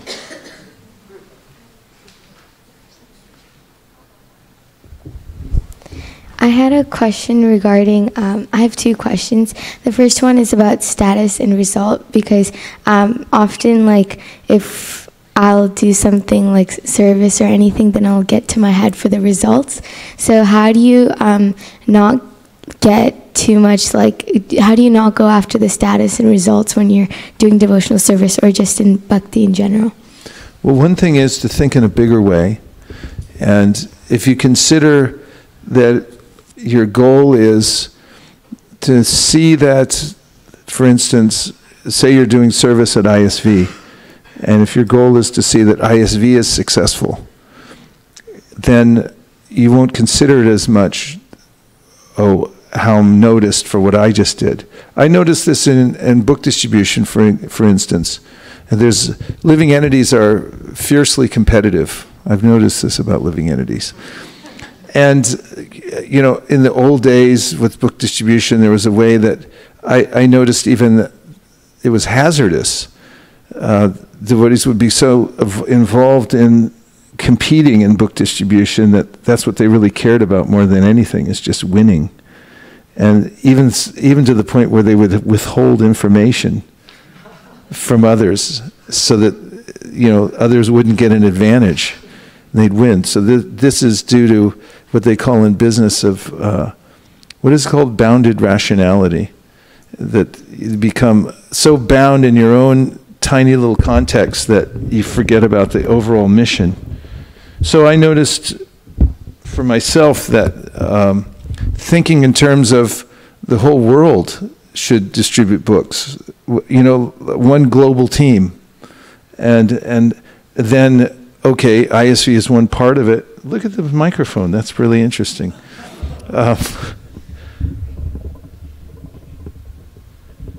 But if I'm focused on how ISKCON does globally, then I want everybody to excel. Or as in North America, about 8 years ago, you know, we got together and said, let's work as one team and measure as one team and see how we do. Then we become more interested in like how everybody does, because we're thinking in a bigger way. That's one thing. That it's very practical. And the other thing is to realize that the only one who really notices everything that you do is Krishna. Other people, they may notice or not notice what you did, and also, more importantly, they may care or not care. If you're doing it to impress other people, sometimes if you do something extraordinary to impress other people, they may just get envious. And it may be counterproductive that you look what we did, you know. And people are like, yeah, well, we hate you now. We used to actually like you when you were the underdog, you know, but now that you're a big shot, you know, we don't even like you anymore. So that there's not a lot of fruit in actually, you know, doing big and then showing everybody. But Krishna knows what you're doing, and he always brings it out in the right way that's healthy. So one can then conclude that it's a much better program just to do my service and offer it to Krishna and not worry about it. Let him deal with whatever remuneration or adoration or any distinction that comes from it. You know, let him implement that, and then devotees actually become averse to taking that. Like we saw from Madhavendra Puri, who became so famous because of his pure devotional service that the deity reciprocated with him when he thought, oh, I'd like to taste that for my deity. And then the deity stole some of the sweet rice and then told the pujari in a dream, go give it to Madhavendra Puri. And then he went and gave it to Madhavendra Puri, and Madhavendra Puri thought, uh-oh, this is going to get out. And people are going to come after me and my bhajan will be disturbed. So he just left. So you have to have some kind of an internal recognition that really I'm doing this for Krishna, and just leave it at that. I mean, there are some cases where recognition is necessary to hold things together. And that's a tricky thing. Prabhupada insisted that he be named the ISKCON founder Acharya. You know, and when people started, disciples who had been influenced by other colleagues of Prabhupada who were envious of his success, and then they started, for instance, one of the books came out, they published it, and they just put A.C. Bhaktivedanta. They didn't put the word Prabhupada. And Prabhupada started to notice little things that people had been influenced, his own disciples. And, you know, once he recognized it, and he started talking to the devotees about it, and he was very disturbed because it was necessary for him to be in the center of the organization and recognized as that. He knew that in order to hold it together. So his motive wasn't to be recognized that, oh, I want to be known as the founder Acharya for self-aggrandizement, but because he knew every organization has to have a clear Acharya. Otherwise, it'll fall apart because people will drift in different directions if it's not clearly established. So the motive has to be correct. But for our purposes, we can, in most cases, we can really just surrender the result of what we're doing to Krishna and let him deal with it and let it come out that way. Does that help? Yes. And you have another one. My second question, I think I found the answer, but the question was that in the teachings of Queen Kunti, in one of the purports, Srila Prabhupada mentions that Krishna actually wants us to go back to Godhead with him more than we want to ourselves. But my question was just then, why were we put in this material world in the first place? Because he has like the potency to change our opinions and like how we feel about coming to the material world. But I think the answer was because since we're individual souls and we have freedom, so he like kind of let us come. That is the answer. We're not dead stones, and the whole point of the relationship between Krishna and ourselves is love, and there is no love without freedom. In fact, you'll notice that Krishna goes to great lengths to give us freedom on the material side too. Why 8,400,000 species of life? Why not just 5? Because someone might claim, like, well, you really didn't give me a fair shot at the material world. But after 8,400,000 species of life, no one can say, like, you didn't try. You didn't give me facility to try to every single thing. I mean, you look at these living entities. I was near the ocean recently, and I was just looking. It's like, where'd you come from? You're really strange, And it's like Krishna is like, you try everything. And if there wasn't an alternative world that with unlimited facility to try all kinds of things, where's the freedom of choice? And that's really the theme of Krishna's entire creation, material and spiritual, that the living entities have the free choice to take it or leave it. We are of the same quality as Krishna. Different quantity, but same quality. It means we're little controllers also. And we also have the same kind of free will Krishna has, but just not unlimitedly. So we tend to get caught in little eddies and whirlpools because of our misuse of independence. The ultimate answer to that question of how we came to the material world is something that Krishna knows. And that we can know when we're in Chit Samadhi. And the endless pursuit of answering that question on an intellectual level is just that, an endless pursuit that goes on here, there, and everywhere, but you don't see it endlessly pursued in the Bhagavatam, Chaitanya Charitamrita, Bhagavad Gita, or anywhere else.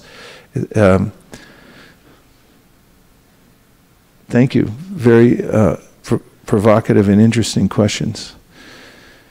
Okay, so now we're going to chant our Chad, and this month's Chad for January is what?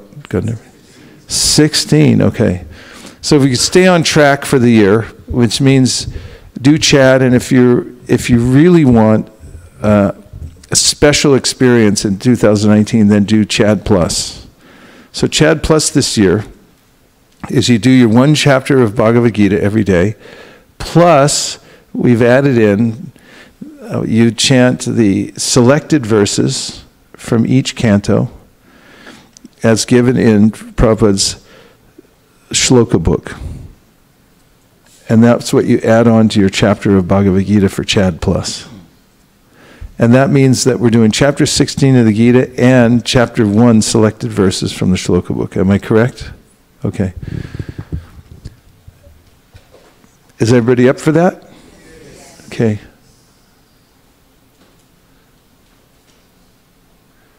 And since I have no idea what time it is, someone will have to inform me when we're getting close to the... Okay. It. That's interesting. Could be anything.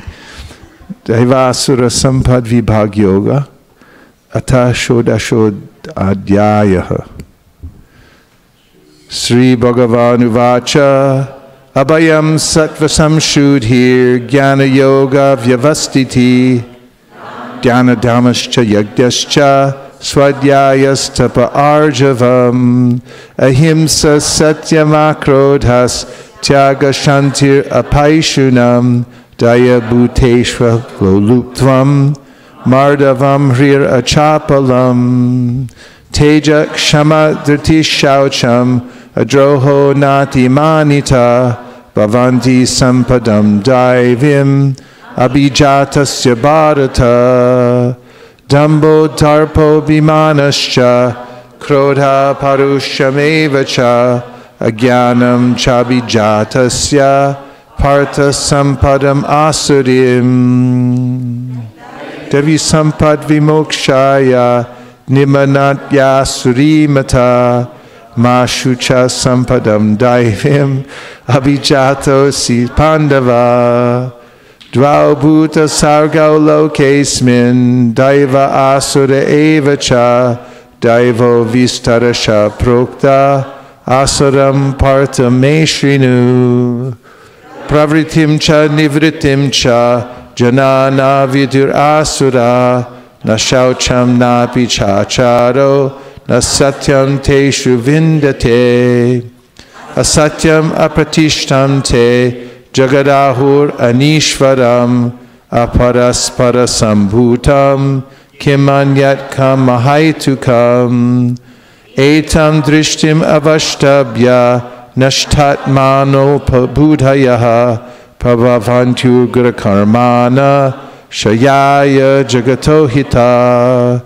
Kamam Ashrita Dushpuram Dambamana Madanvita Mohad Grihivas Graham Pravartante Shrutivrata Chintam Aparyameyam Cha Pralayantam Upashrita Kamo Paboga Parama Etavad Iti Nishchita Asha Pasha Shater Badha Kama Krodha Parayanaha Ihante Kama Bogartam Anya Yenarta Sanchayan Idam Adya Maya Labdam Imam Prapse Manoratam Idam Astidam Apime Pravishyati Punardhanam Asau Maya Hata Shatrur Hanishe Chaparan Api Ishvaroham Aham Bhogi Siddhoham Valavan Sukhi Adyo Bijanavan Asmi Konyosti Sadrisho Maya Yakshe Dasyami Modishya Itya Jnana Vimohitaha Aneka Chitta Vibranta Mohajala Samavrata Prasakta Kama Bhogeshu Patanti Narakeshu Chao Atma Sambhavita Stabda Dhanamana Madanvita Yajante Nama Yagnaiste Dambena Viti Purvakam Ahankaram Balam Darpam Kamam Krodam Cha Samsritaha Mamatma Paradeheshu Pravishanto Pyasuyaka Tanaham Dvishata Kruran Samsareshu Naradhaman Shripam Ajasram Ashubhan Asura Shveva Yonishu Asurim Yonam Apana Muda Janmani Janmani Mama Prapyaiva Kaunteya Tato Yatya Tamam Gatim Trividham Narakasyedam Dwaram Nashanam Atmanaha Kama Krodhas Tata Lobhas Tasmat Etat Trayam Tyaje Eter Vimukta Kaunteya Tamo Dwarais Tribir Naraha Acharat Yatmana Shreyas Tato Yati Param Gatim Yashastra Vidim Utsrija Vartate Kamakarataha Nasa Siddhim Avapnoti Nasukam Na Param Gatim Tasmat Shastram Pramanam Te Karya Karya Vyavastitau Gyatva Shastra Vidaduktam karma kartum iharhasi. Om Tat Saditi Srimad Bhagavad Gita Upanishatsu Brahma Vidyayam Yoga Shastre Shri Krishna Arjuna Samvade Daiva Asura Sampad Vibhag Yoga Nama Shudashodhyayaha Hari Om. Translations.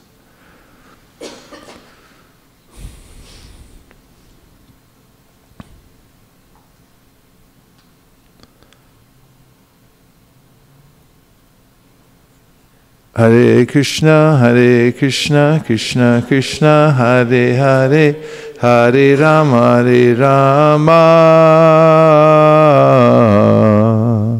Rama Rama, Hare Hare. Okay, 3 each, starting over here. The Supreme Personality of Godhead said fearlessness, purification of one's existence, cultivation of spiritual knowledge, charity, self-control, performance of sacrifice, study of the Vedas, austerity, simplicity, non-violence, truthfulness, freedom from anger, renunciation, tranquility, aversion to fault-finding, compassion for all living entities, freedom from covetousness, gentleness, modesty, steady determination, vigor, forgiveness, fortitude, cleanliness, and freedom from envy and from the passion for honor. These transcendental qualities, O son of Bharata, belong to godly men endowed with divine nature. Covetousness. Somebody look it up. Should I continue? Oh, okay. Pride, ignorance, conceit, anger, harshness, and ignorance. These qualities belong to those of demoniac nature, O son of Pritha. What about covetousness? Did you look it up? Tell us how to pronounce it, please. You got to say it in the mic. Covetous. Covetousness as a noun. Okay. Give us the covetousness. Oh, okay. Okay. Do you want the definition? Let's hear who said it, Siri or the dictionary? So I just heard somebody say it. Siri. That did it. I'm getting mine out.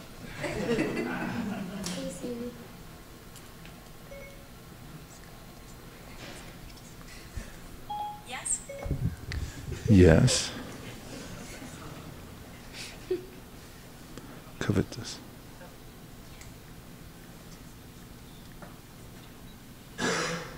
Spelled? Spell, please.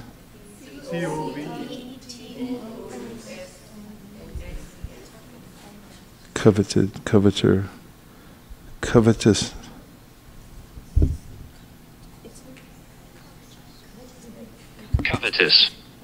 Covetous. And covetousness. Covetous. Is it pronounced differently with a ness? Covetousness. Okay. Marked by inordinate desire for wealth or possessions or for another's possessions. He looked at his boss's new car with covetous eyes. Having a craving for possessions, covetous or power. Origin, see covet. And the origin is Middle English, from Anglo-French, from vulgar Latin. Don't say you didn't win something today. Vulgar Latin. Desire. Cupidus. From cupidus, desirous, like Cupid. From cupere, to desire. It's kind of vulgar. Okay, go ahead.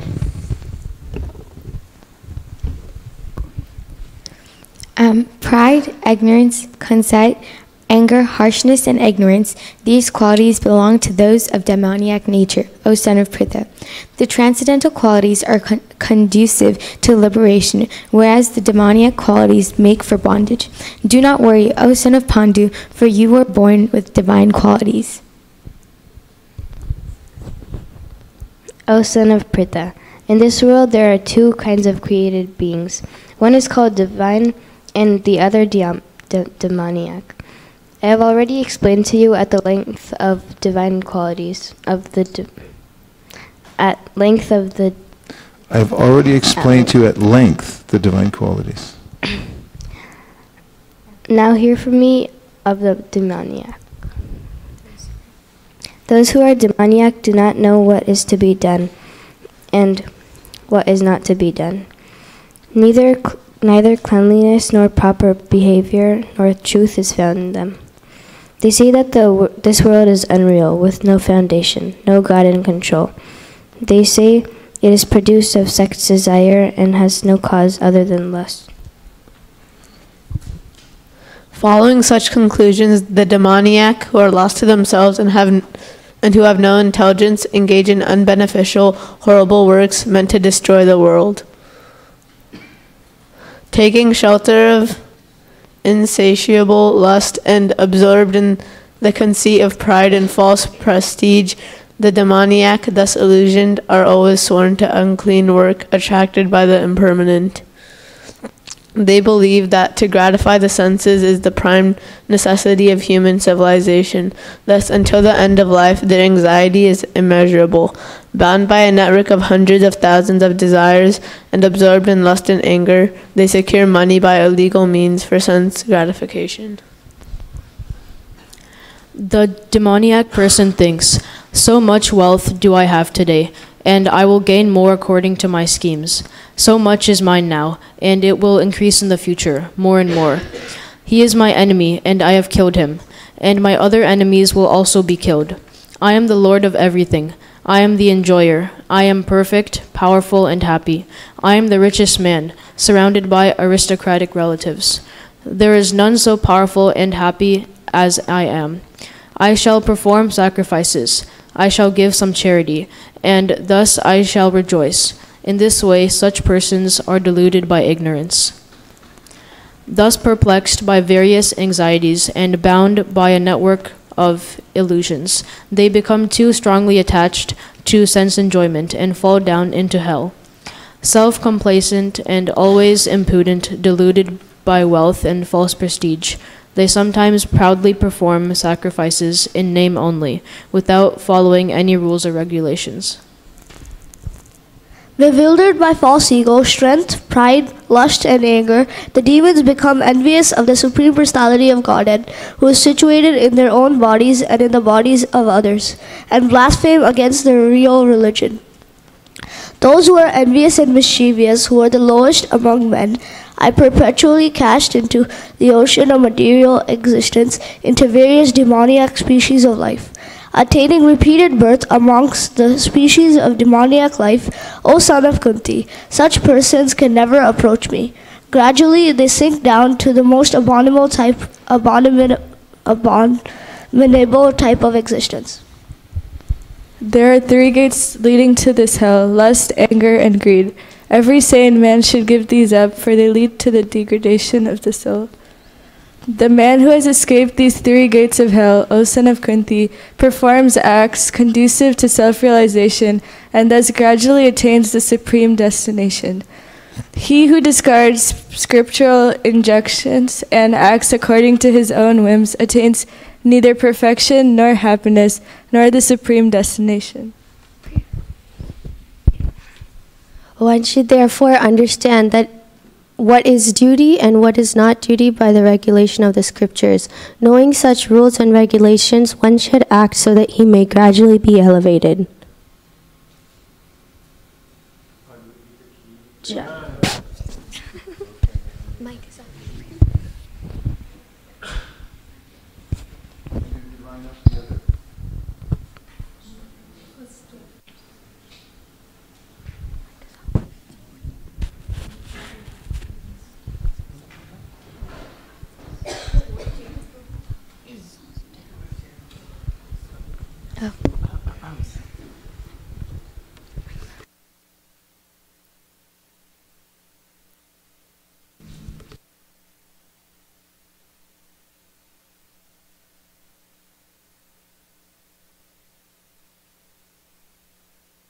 tell her to put up the thing about, I'm going to do this after, so tell her to put up the thing about goals.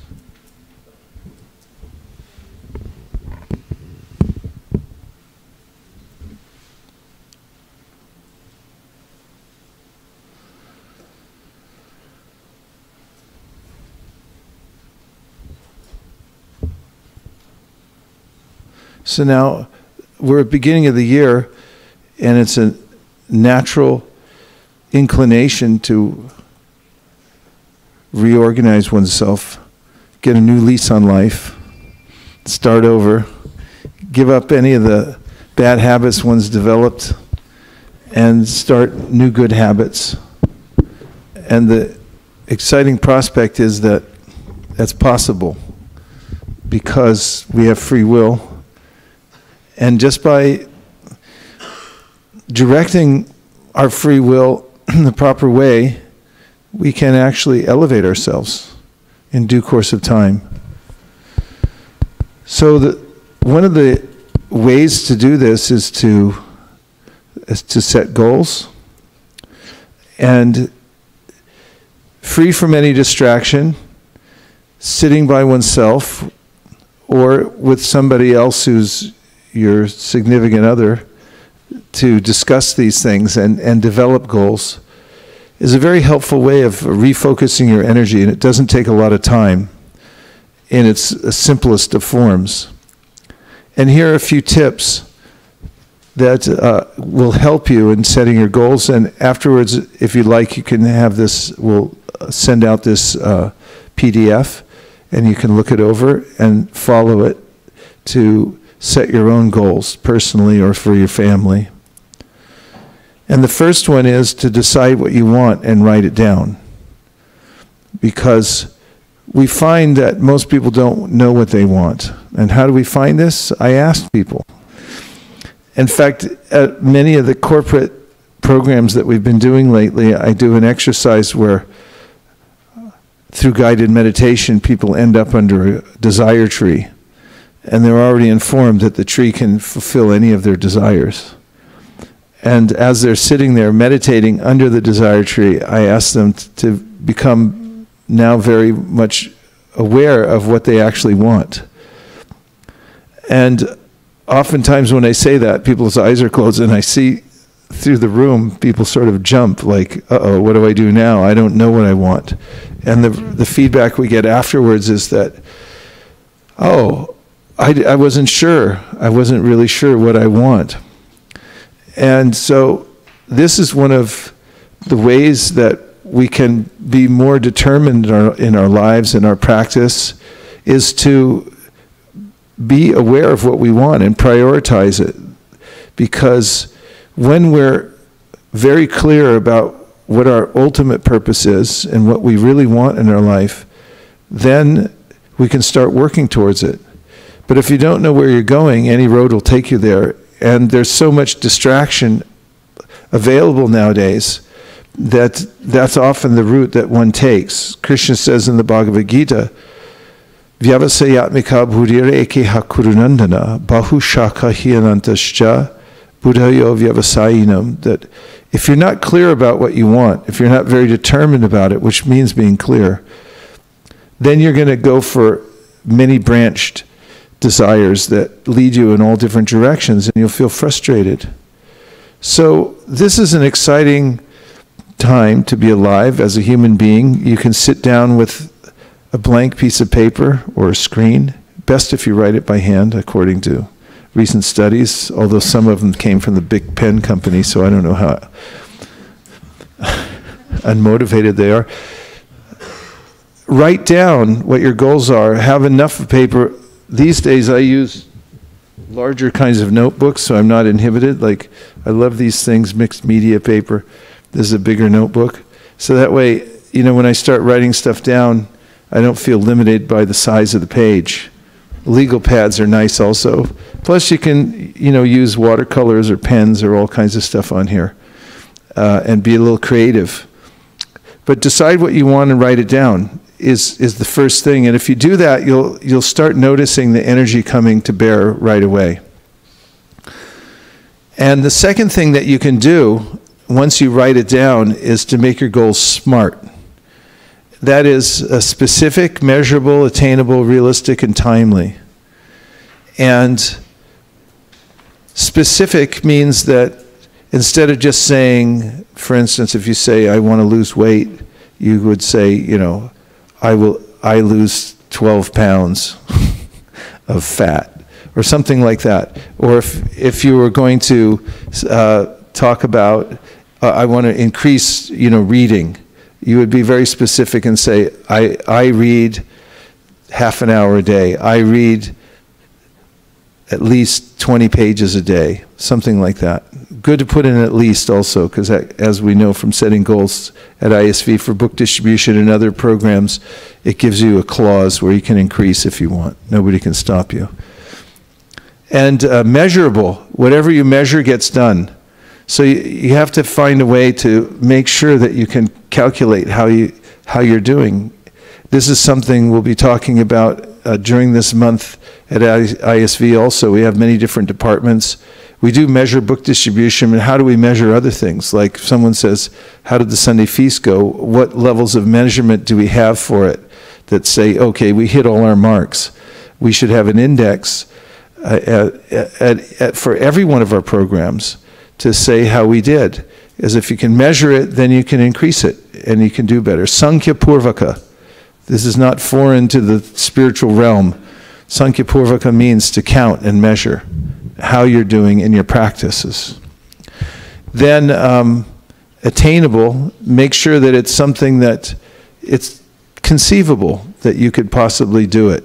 For instance, if I announce that I want to become a world famous cricket player, it's not going to happen because I can't move around as fast as I used to, and I don't know how to play cricket, and I'm not going to learn now. So make sure it's attainable. Realistic is very similar, and timely means that you have to tell when you're going to attain it. So these are pretty simple things, but if you take time to, and it may seem like drudgery at first to your mind, like, why do I have to nail this down? Well, wait till after you nail it down, then you'll see how important it was to do that. The next one is to write your goals in the present tense and make them positive. For instance, I read the entire Srimad Bhagavatam in the next 5 years. That's in the present tense and positive. So if you're going to do something, then write the positive and in the present tense. And the next one is to break larger goals into smaller tasks. For example, ask how many pages a day you have to read to finish Srimad Bhagavatam 1 year, 2 years. You always win by increments. Find out the kind of increment that you can do on a regular basis, and then do that, because it's in the present time when you're doing the small things that you'll find victory over time. And the next is to create accountability by sharing some of your goals with others that you trust. If you're working together with somebody and they know what you're shooting for and they can assist you, at least by keeping you accountable, it makes it even more possible. Make a list of your goals visible. This really helps. I do this a lot. I put the goals up where I can look at them regularly and just review them.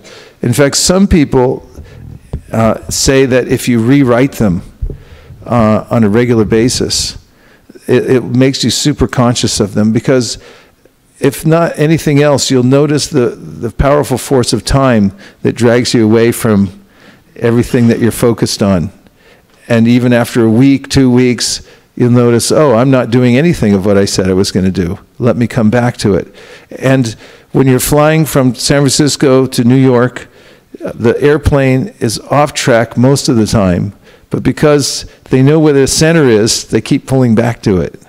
So you have to know what your center is and keep pulling back to it. You don't have to be on track all the time, but if you come back and look at your goals regularly, or even rewrite them, it will help you pull back to that center. The next is to regularly reassess. It's very helpful to take time to look and see how you're doing, and to assess how things went for the week, for the month, and for the year, for the last 3 years, and so forth.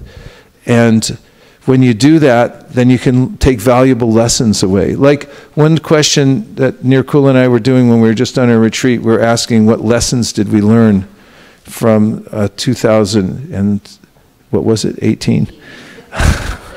It's the clock. And just thinking about it, what am I taking away from it? And also, I took a little time to go back through all I had carried these little notebooks in my pocket, and I'm constantly writing things down, and taking time to actually go back and look at them and see what's in them. It was a revelation to me. It's like, wow, you wrote that? Thank you, good boy, you know.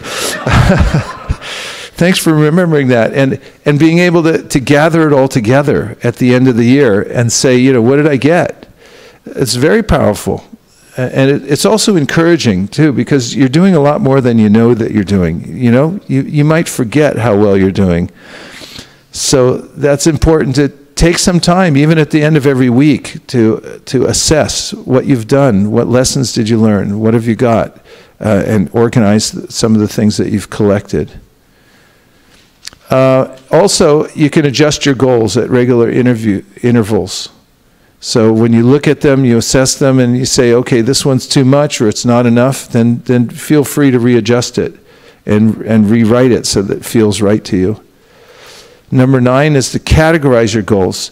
Look at different categories in your life, like spiritual. Like what would you say for the spiritual? What kind of goals could you think of?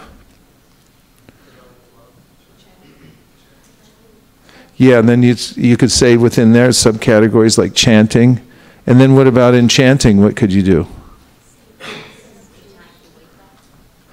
What time you'd wake up in the morning and start chanting? Or you might say, I chant first before I do anything else. You can decide these things, and you can drill it down even to more specific things, as specific as you like when you do these categories. Family. Is family important? Thank you. What kind of things would you think of when you're saying you set a family goal? Use the mic because I want verification that I'm not repeating things you're saying.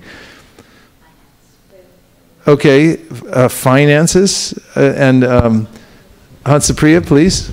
Actually, for the family, it dawned me. I took my mom out during the shutdown, was somewhere in Santa Cruz. And then mom said that after a year and a half, we are going together.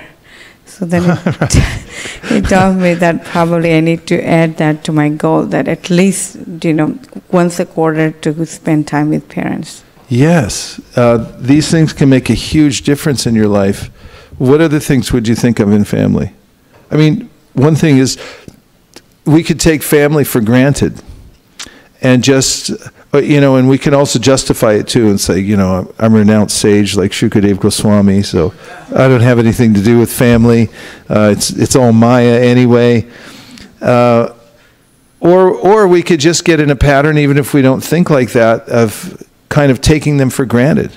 You can say hi, bye, and never take time with your family.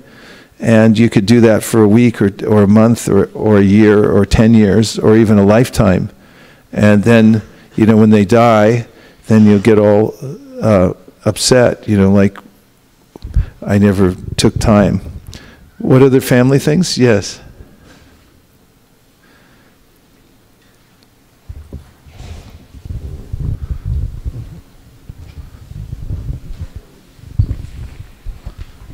So I was thinking that at least I want to make sure that I speak once with my mom in 2 days to make sure how she's doing in India. And with kids have some family time, like game time, and spend some time so we are all together in it and having a good time, at least, especially during vacation time. That's what we are planning, to do something at least. Yeah. And if you don't set the time, if you don't schedule it, then you could miss it. So, you know, budget it in. Sukeshwari. I was thinking that, you know, I try to do this all many times, but I keep forgetting, as Mataji said, I try to remember to call my parents and do the things, but I forget time of with spouse and, you know, with Shivatsa at home. So this time we decided that I just got this $10 makeshift island table tennis.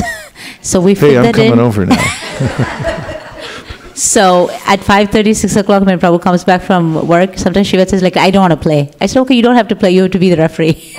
Then we play, and then he takes turn playing with his dad. So I feel that at least 10 minutes a day, that we do something that as a family, we try to, not that we do it every day, but, at least a couple times a week, the same island, we'll take everything off, clean up, and make it a table tennis.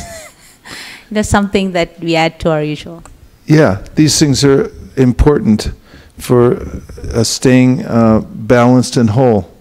Then you have your professional life, and there's so many different adjustments you can think about there. Health and fitness, very important, because these things add up over time. There's an admonition that you might have heard of, an apple a day. Yeah, and what if you substitute that with caramel, a Hershey's bar a day? It does what? Make sure that you go to the doctor. But if you do that on a regular basis, that was Jim Rohn, if you do that on a regular basis, make the right move, you eat the apple or you eat the Hershey bar, then basically you're spelling out your success or your doom as far as your health goes. So it's really important to keep the body healthy and think about ways to maintain it. Not inordinately, you don't have to become a famous cricketer or bodybuilder, but you do have to have a modicum of information of how the robot works and doesn't work.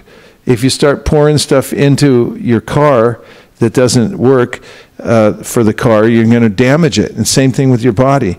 So you have to be really careful about what you take in. And then, etc. What's etc.? What other category? Give me two more. Cleaning, yeah.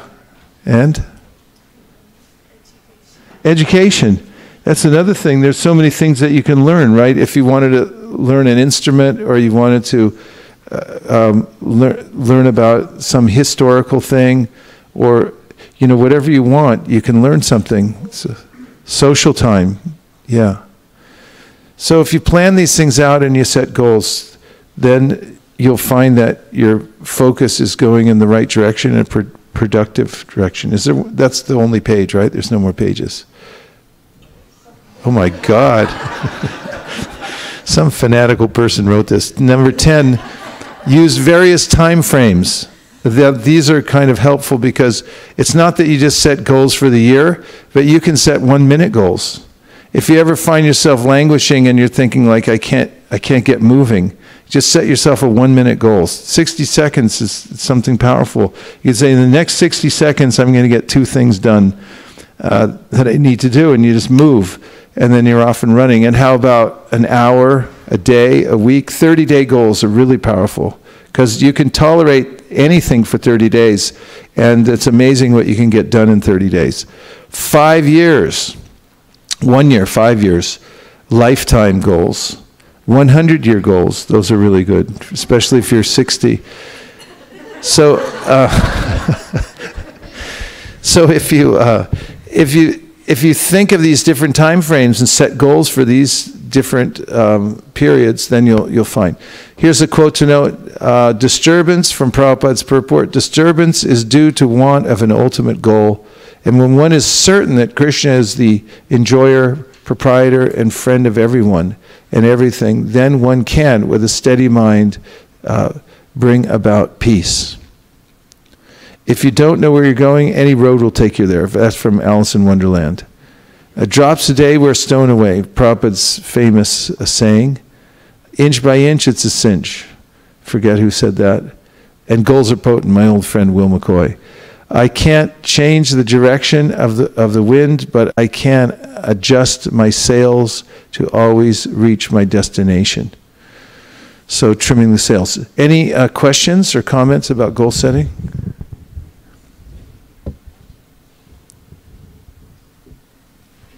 Yes.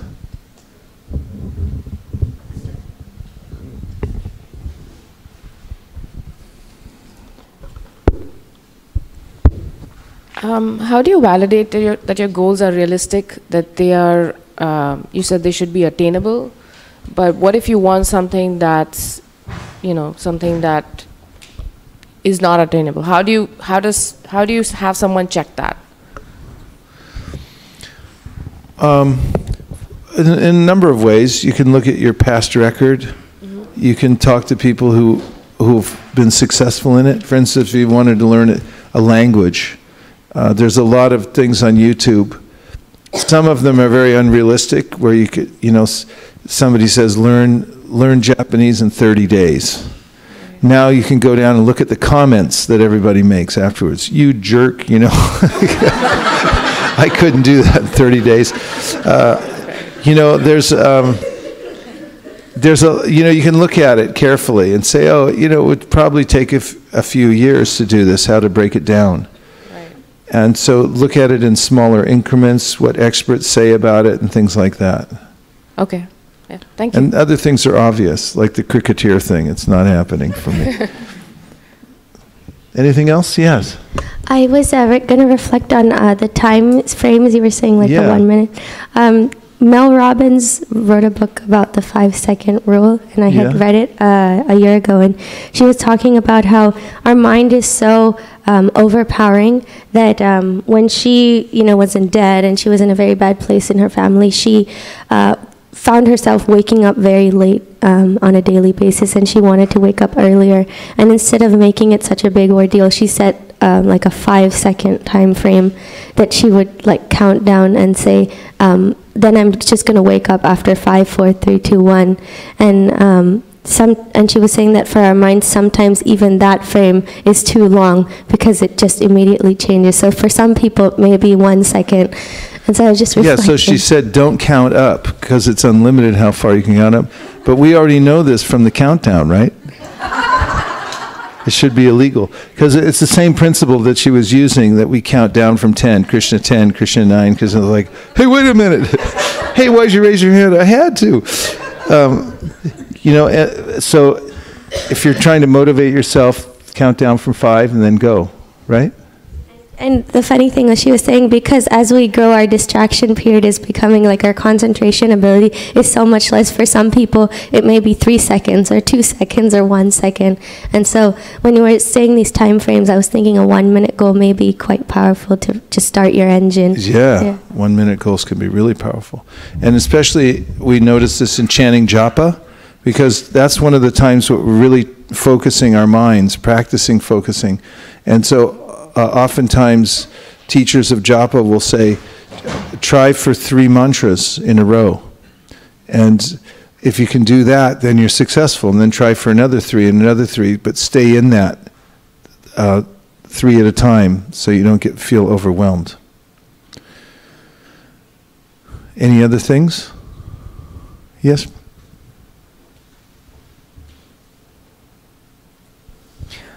Hare Krishna. I was wondering if you might say something about proper attitude when you fail to make your goals. Because I find sometimes if I just shrug it off too easily, then I don't take my goals seriously enough. But then somehow if I beat myself up too much, then I create some sort of aversion complex. So I wonder if you might say something like that. Well, it helps if you consider whatever progress that you have made towards the goal. And as I mentioned in one of the points, resetting it. Oftentimes, I find when I'm endeavoring towards a certain goal, if I don't make it, the timing might not have been right. And I'll reset it in a way that it makes it a lot easier to at least get some momentum with it. And it's generally not a good idea to beat yourself up too much, but to find out a happy medium where you can keep moving towards it.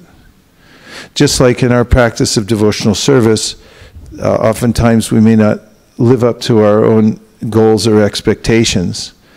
But if we just restart and keep going, I find often the best goal of all is to keep the vibration going. Because sometimes the modes become so intense that it's prohibitive to do anything practically. So to encourage yourself just keep something going. I always take it as a great encouragement how Chaitanya Mahaprabhu takes the 64 items of devotional service and then puts them into 5. And then he puts the 5 into 1. It says, if at least you do these 5, then you're going to be successful. And then if you do at least 1, keep the chanting going, then you'll be successful. And remembering that different times of our life or day or week may be more oppressive than others, and not becoming overly discouraged as long as we're able to keep the vibration going. So momentum's always really important with goals. If you can do, one of the ways that we can defeat ourselves is to say that if I can't do everything, then I won't do anything. Better to do something. And you never know, if you just stay in the game somehow or other and keep trying towards it, that the time factor and the other factors Krishna mentions in the Bhagavad Gita might come to bear, and then you'll be successful and you'll feel that you move forward. We're our own worst critics normally. Oftentimes the mind tries to discourage us and say, oh, you can't do it, or it's no good what you're doing. So remembering that something is better than nothing, and that the momentum principle can be very effective, keeping it going. Yes?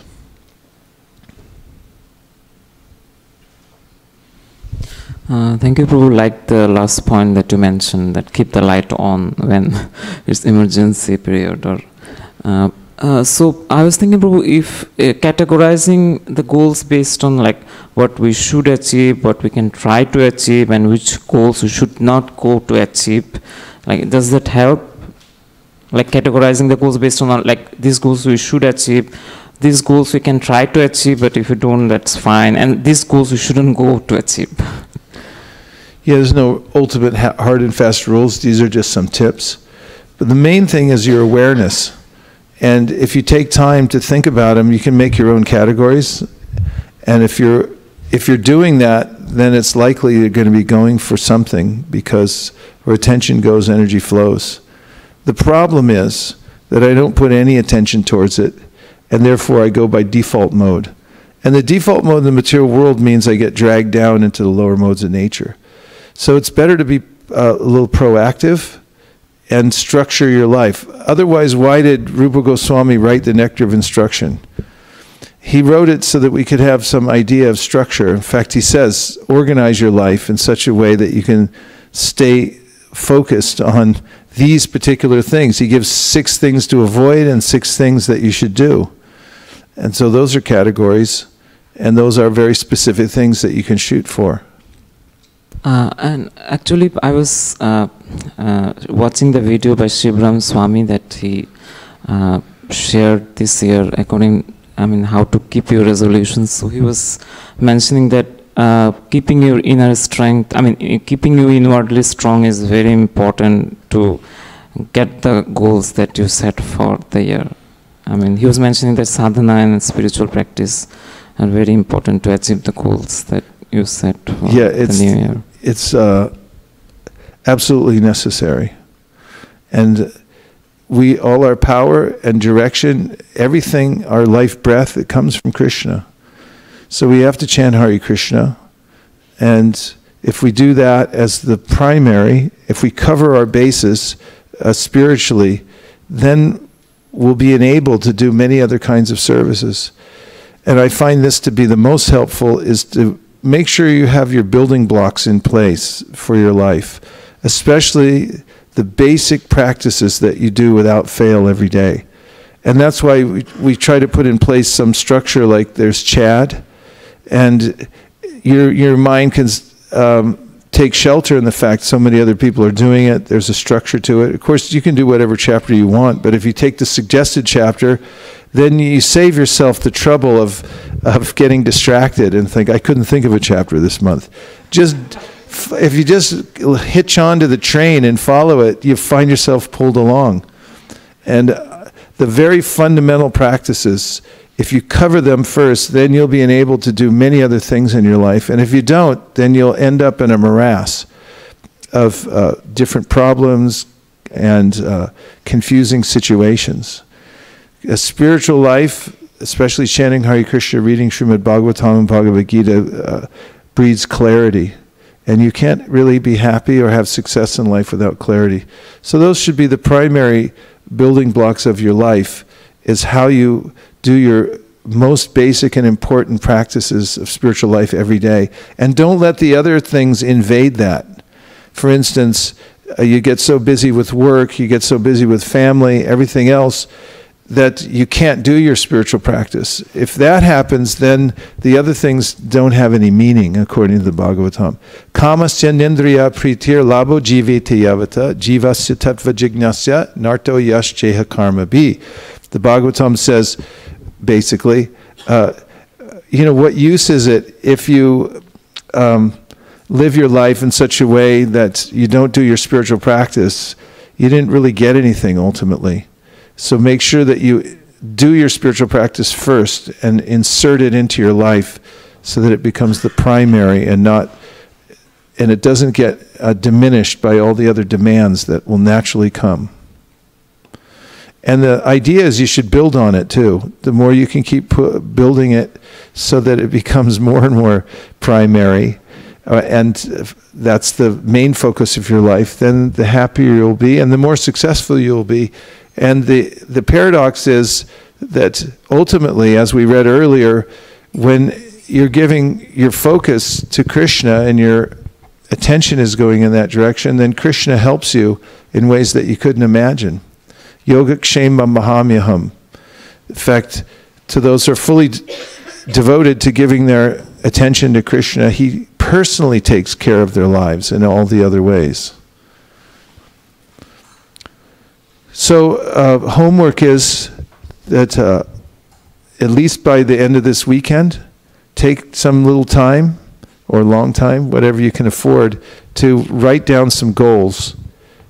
And then we'll bring them in because we'll share them the next time that we're together, okay? Hopefully you can have them by later this afternoon. Do you all have an idea of what you would write down? Are you already thinking about things? Anything interesting? What time is it now? 9:58. Okay, so we're going to have a Guru Puja now. So we're going to move the asanas away, and we're going to say some prayers and then sing the Guru Vashtakam to Srila Prabhupada. Gaur Premanande Haribo. Vanchakalpadurvascha kripasindavevacha patitanam pavanibhyo vaishnavebhyo namo namaha anantakoti vaishnaviniki jai.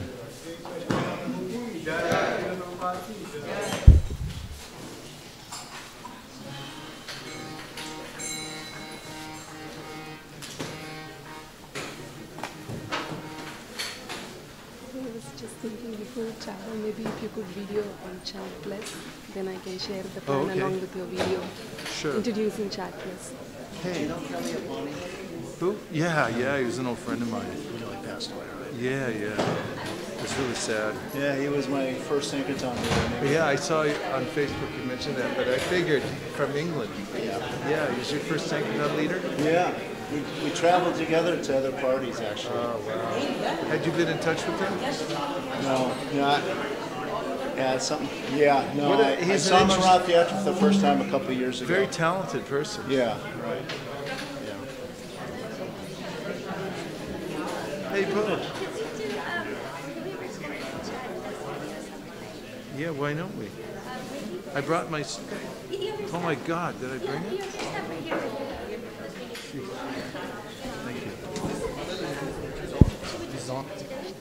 Yeah, of course. Who cares? It'll make it more dramatic. We can do it anywhere. On a bridge, outside. Hare Krishna. I wanted to ask a few questions about the scriptures that we read. Yes. I don't know if this is a good time to ask. What kind of questions are that? They said there were three things, right? Like greed, lust, and something else that leads you downhill, right? Does that mean that you should not be materialistic in life? You should not want things like a better car, better position? You should not what? You should not, like when you say greed, sometimes you want things that you deserve, and sometimes you want things that you just want things, right? So how do you make how do I know that I'm not being greedy, but I'm just wanting something that's fair? How do I know that? Well, the main thing is doing it for Krishna rather than for ourselves. Because everything can be used in service. When you use things... What if, like, for example, right now I have a role where I'm not managing people, but I feel like I would do a better job managing people. Maybe that's a goal for myself. But what if I think of it as, am I not doing good for people if there's lack of leadership? Yeah. That's what I don't know is that a selfish goal or is that No, not necessarily selfish. Not necessarily selfish if you think you can do a better job and you see a place. But it doesn't mean necessarily you'll be able to do it right away either. Because there's a lot of other factors. So then you have to be okay with it. As long as your heart's in the right place. Yeah, that's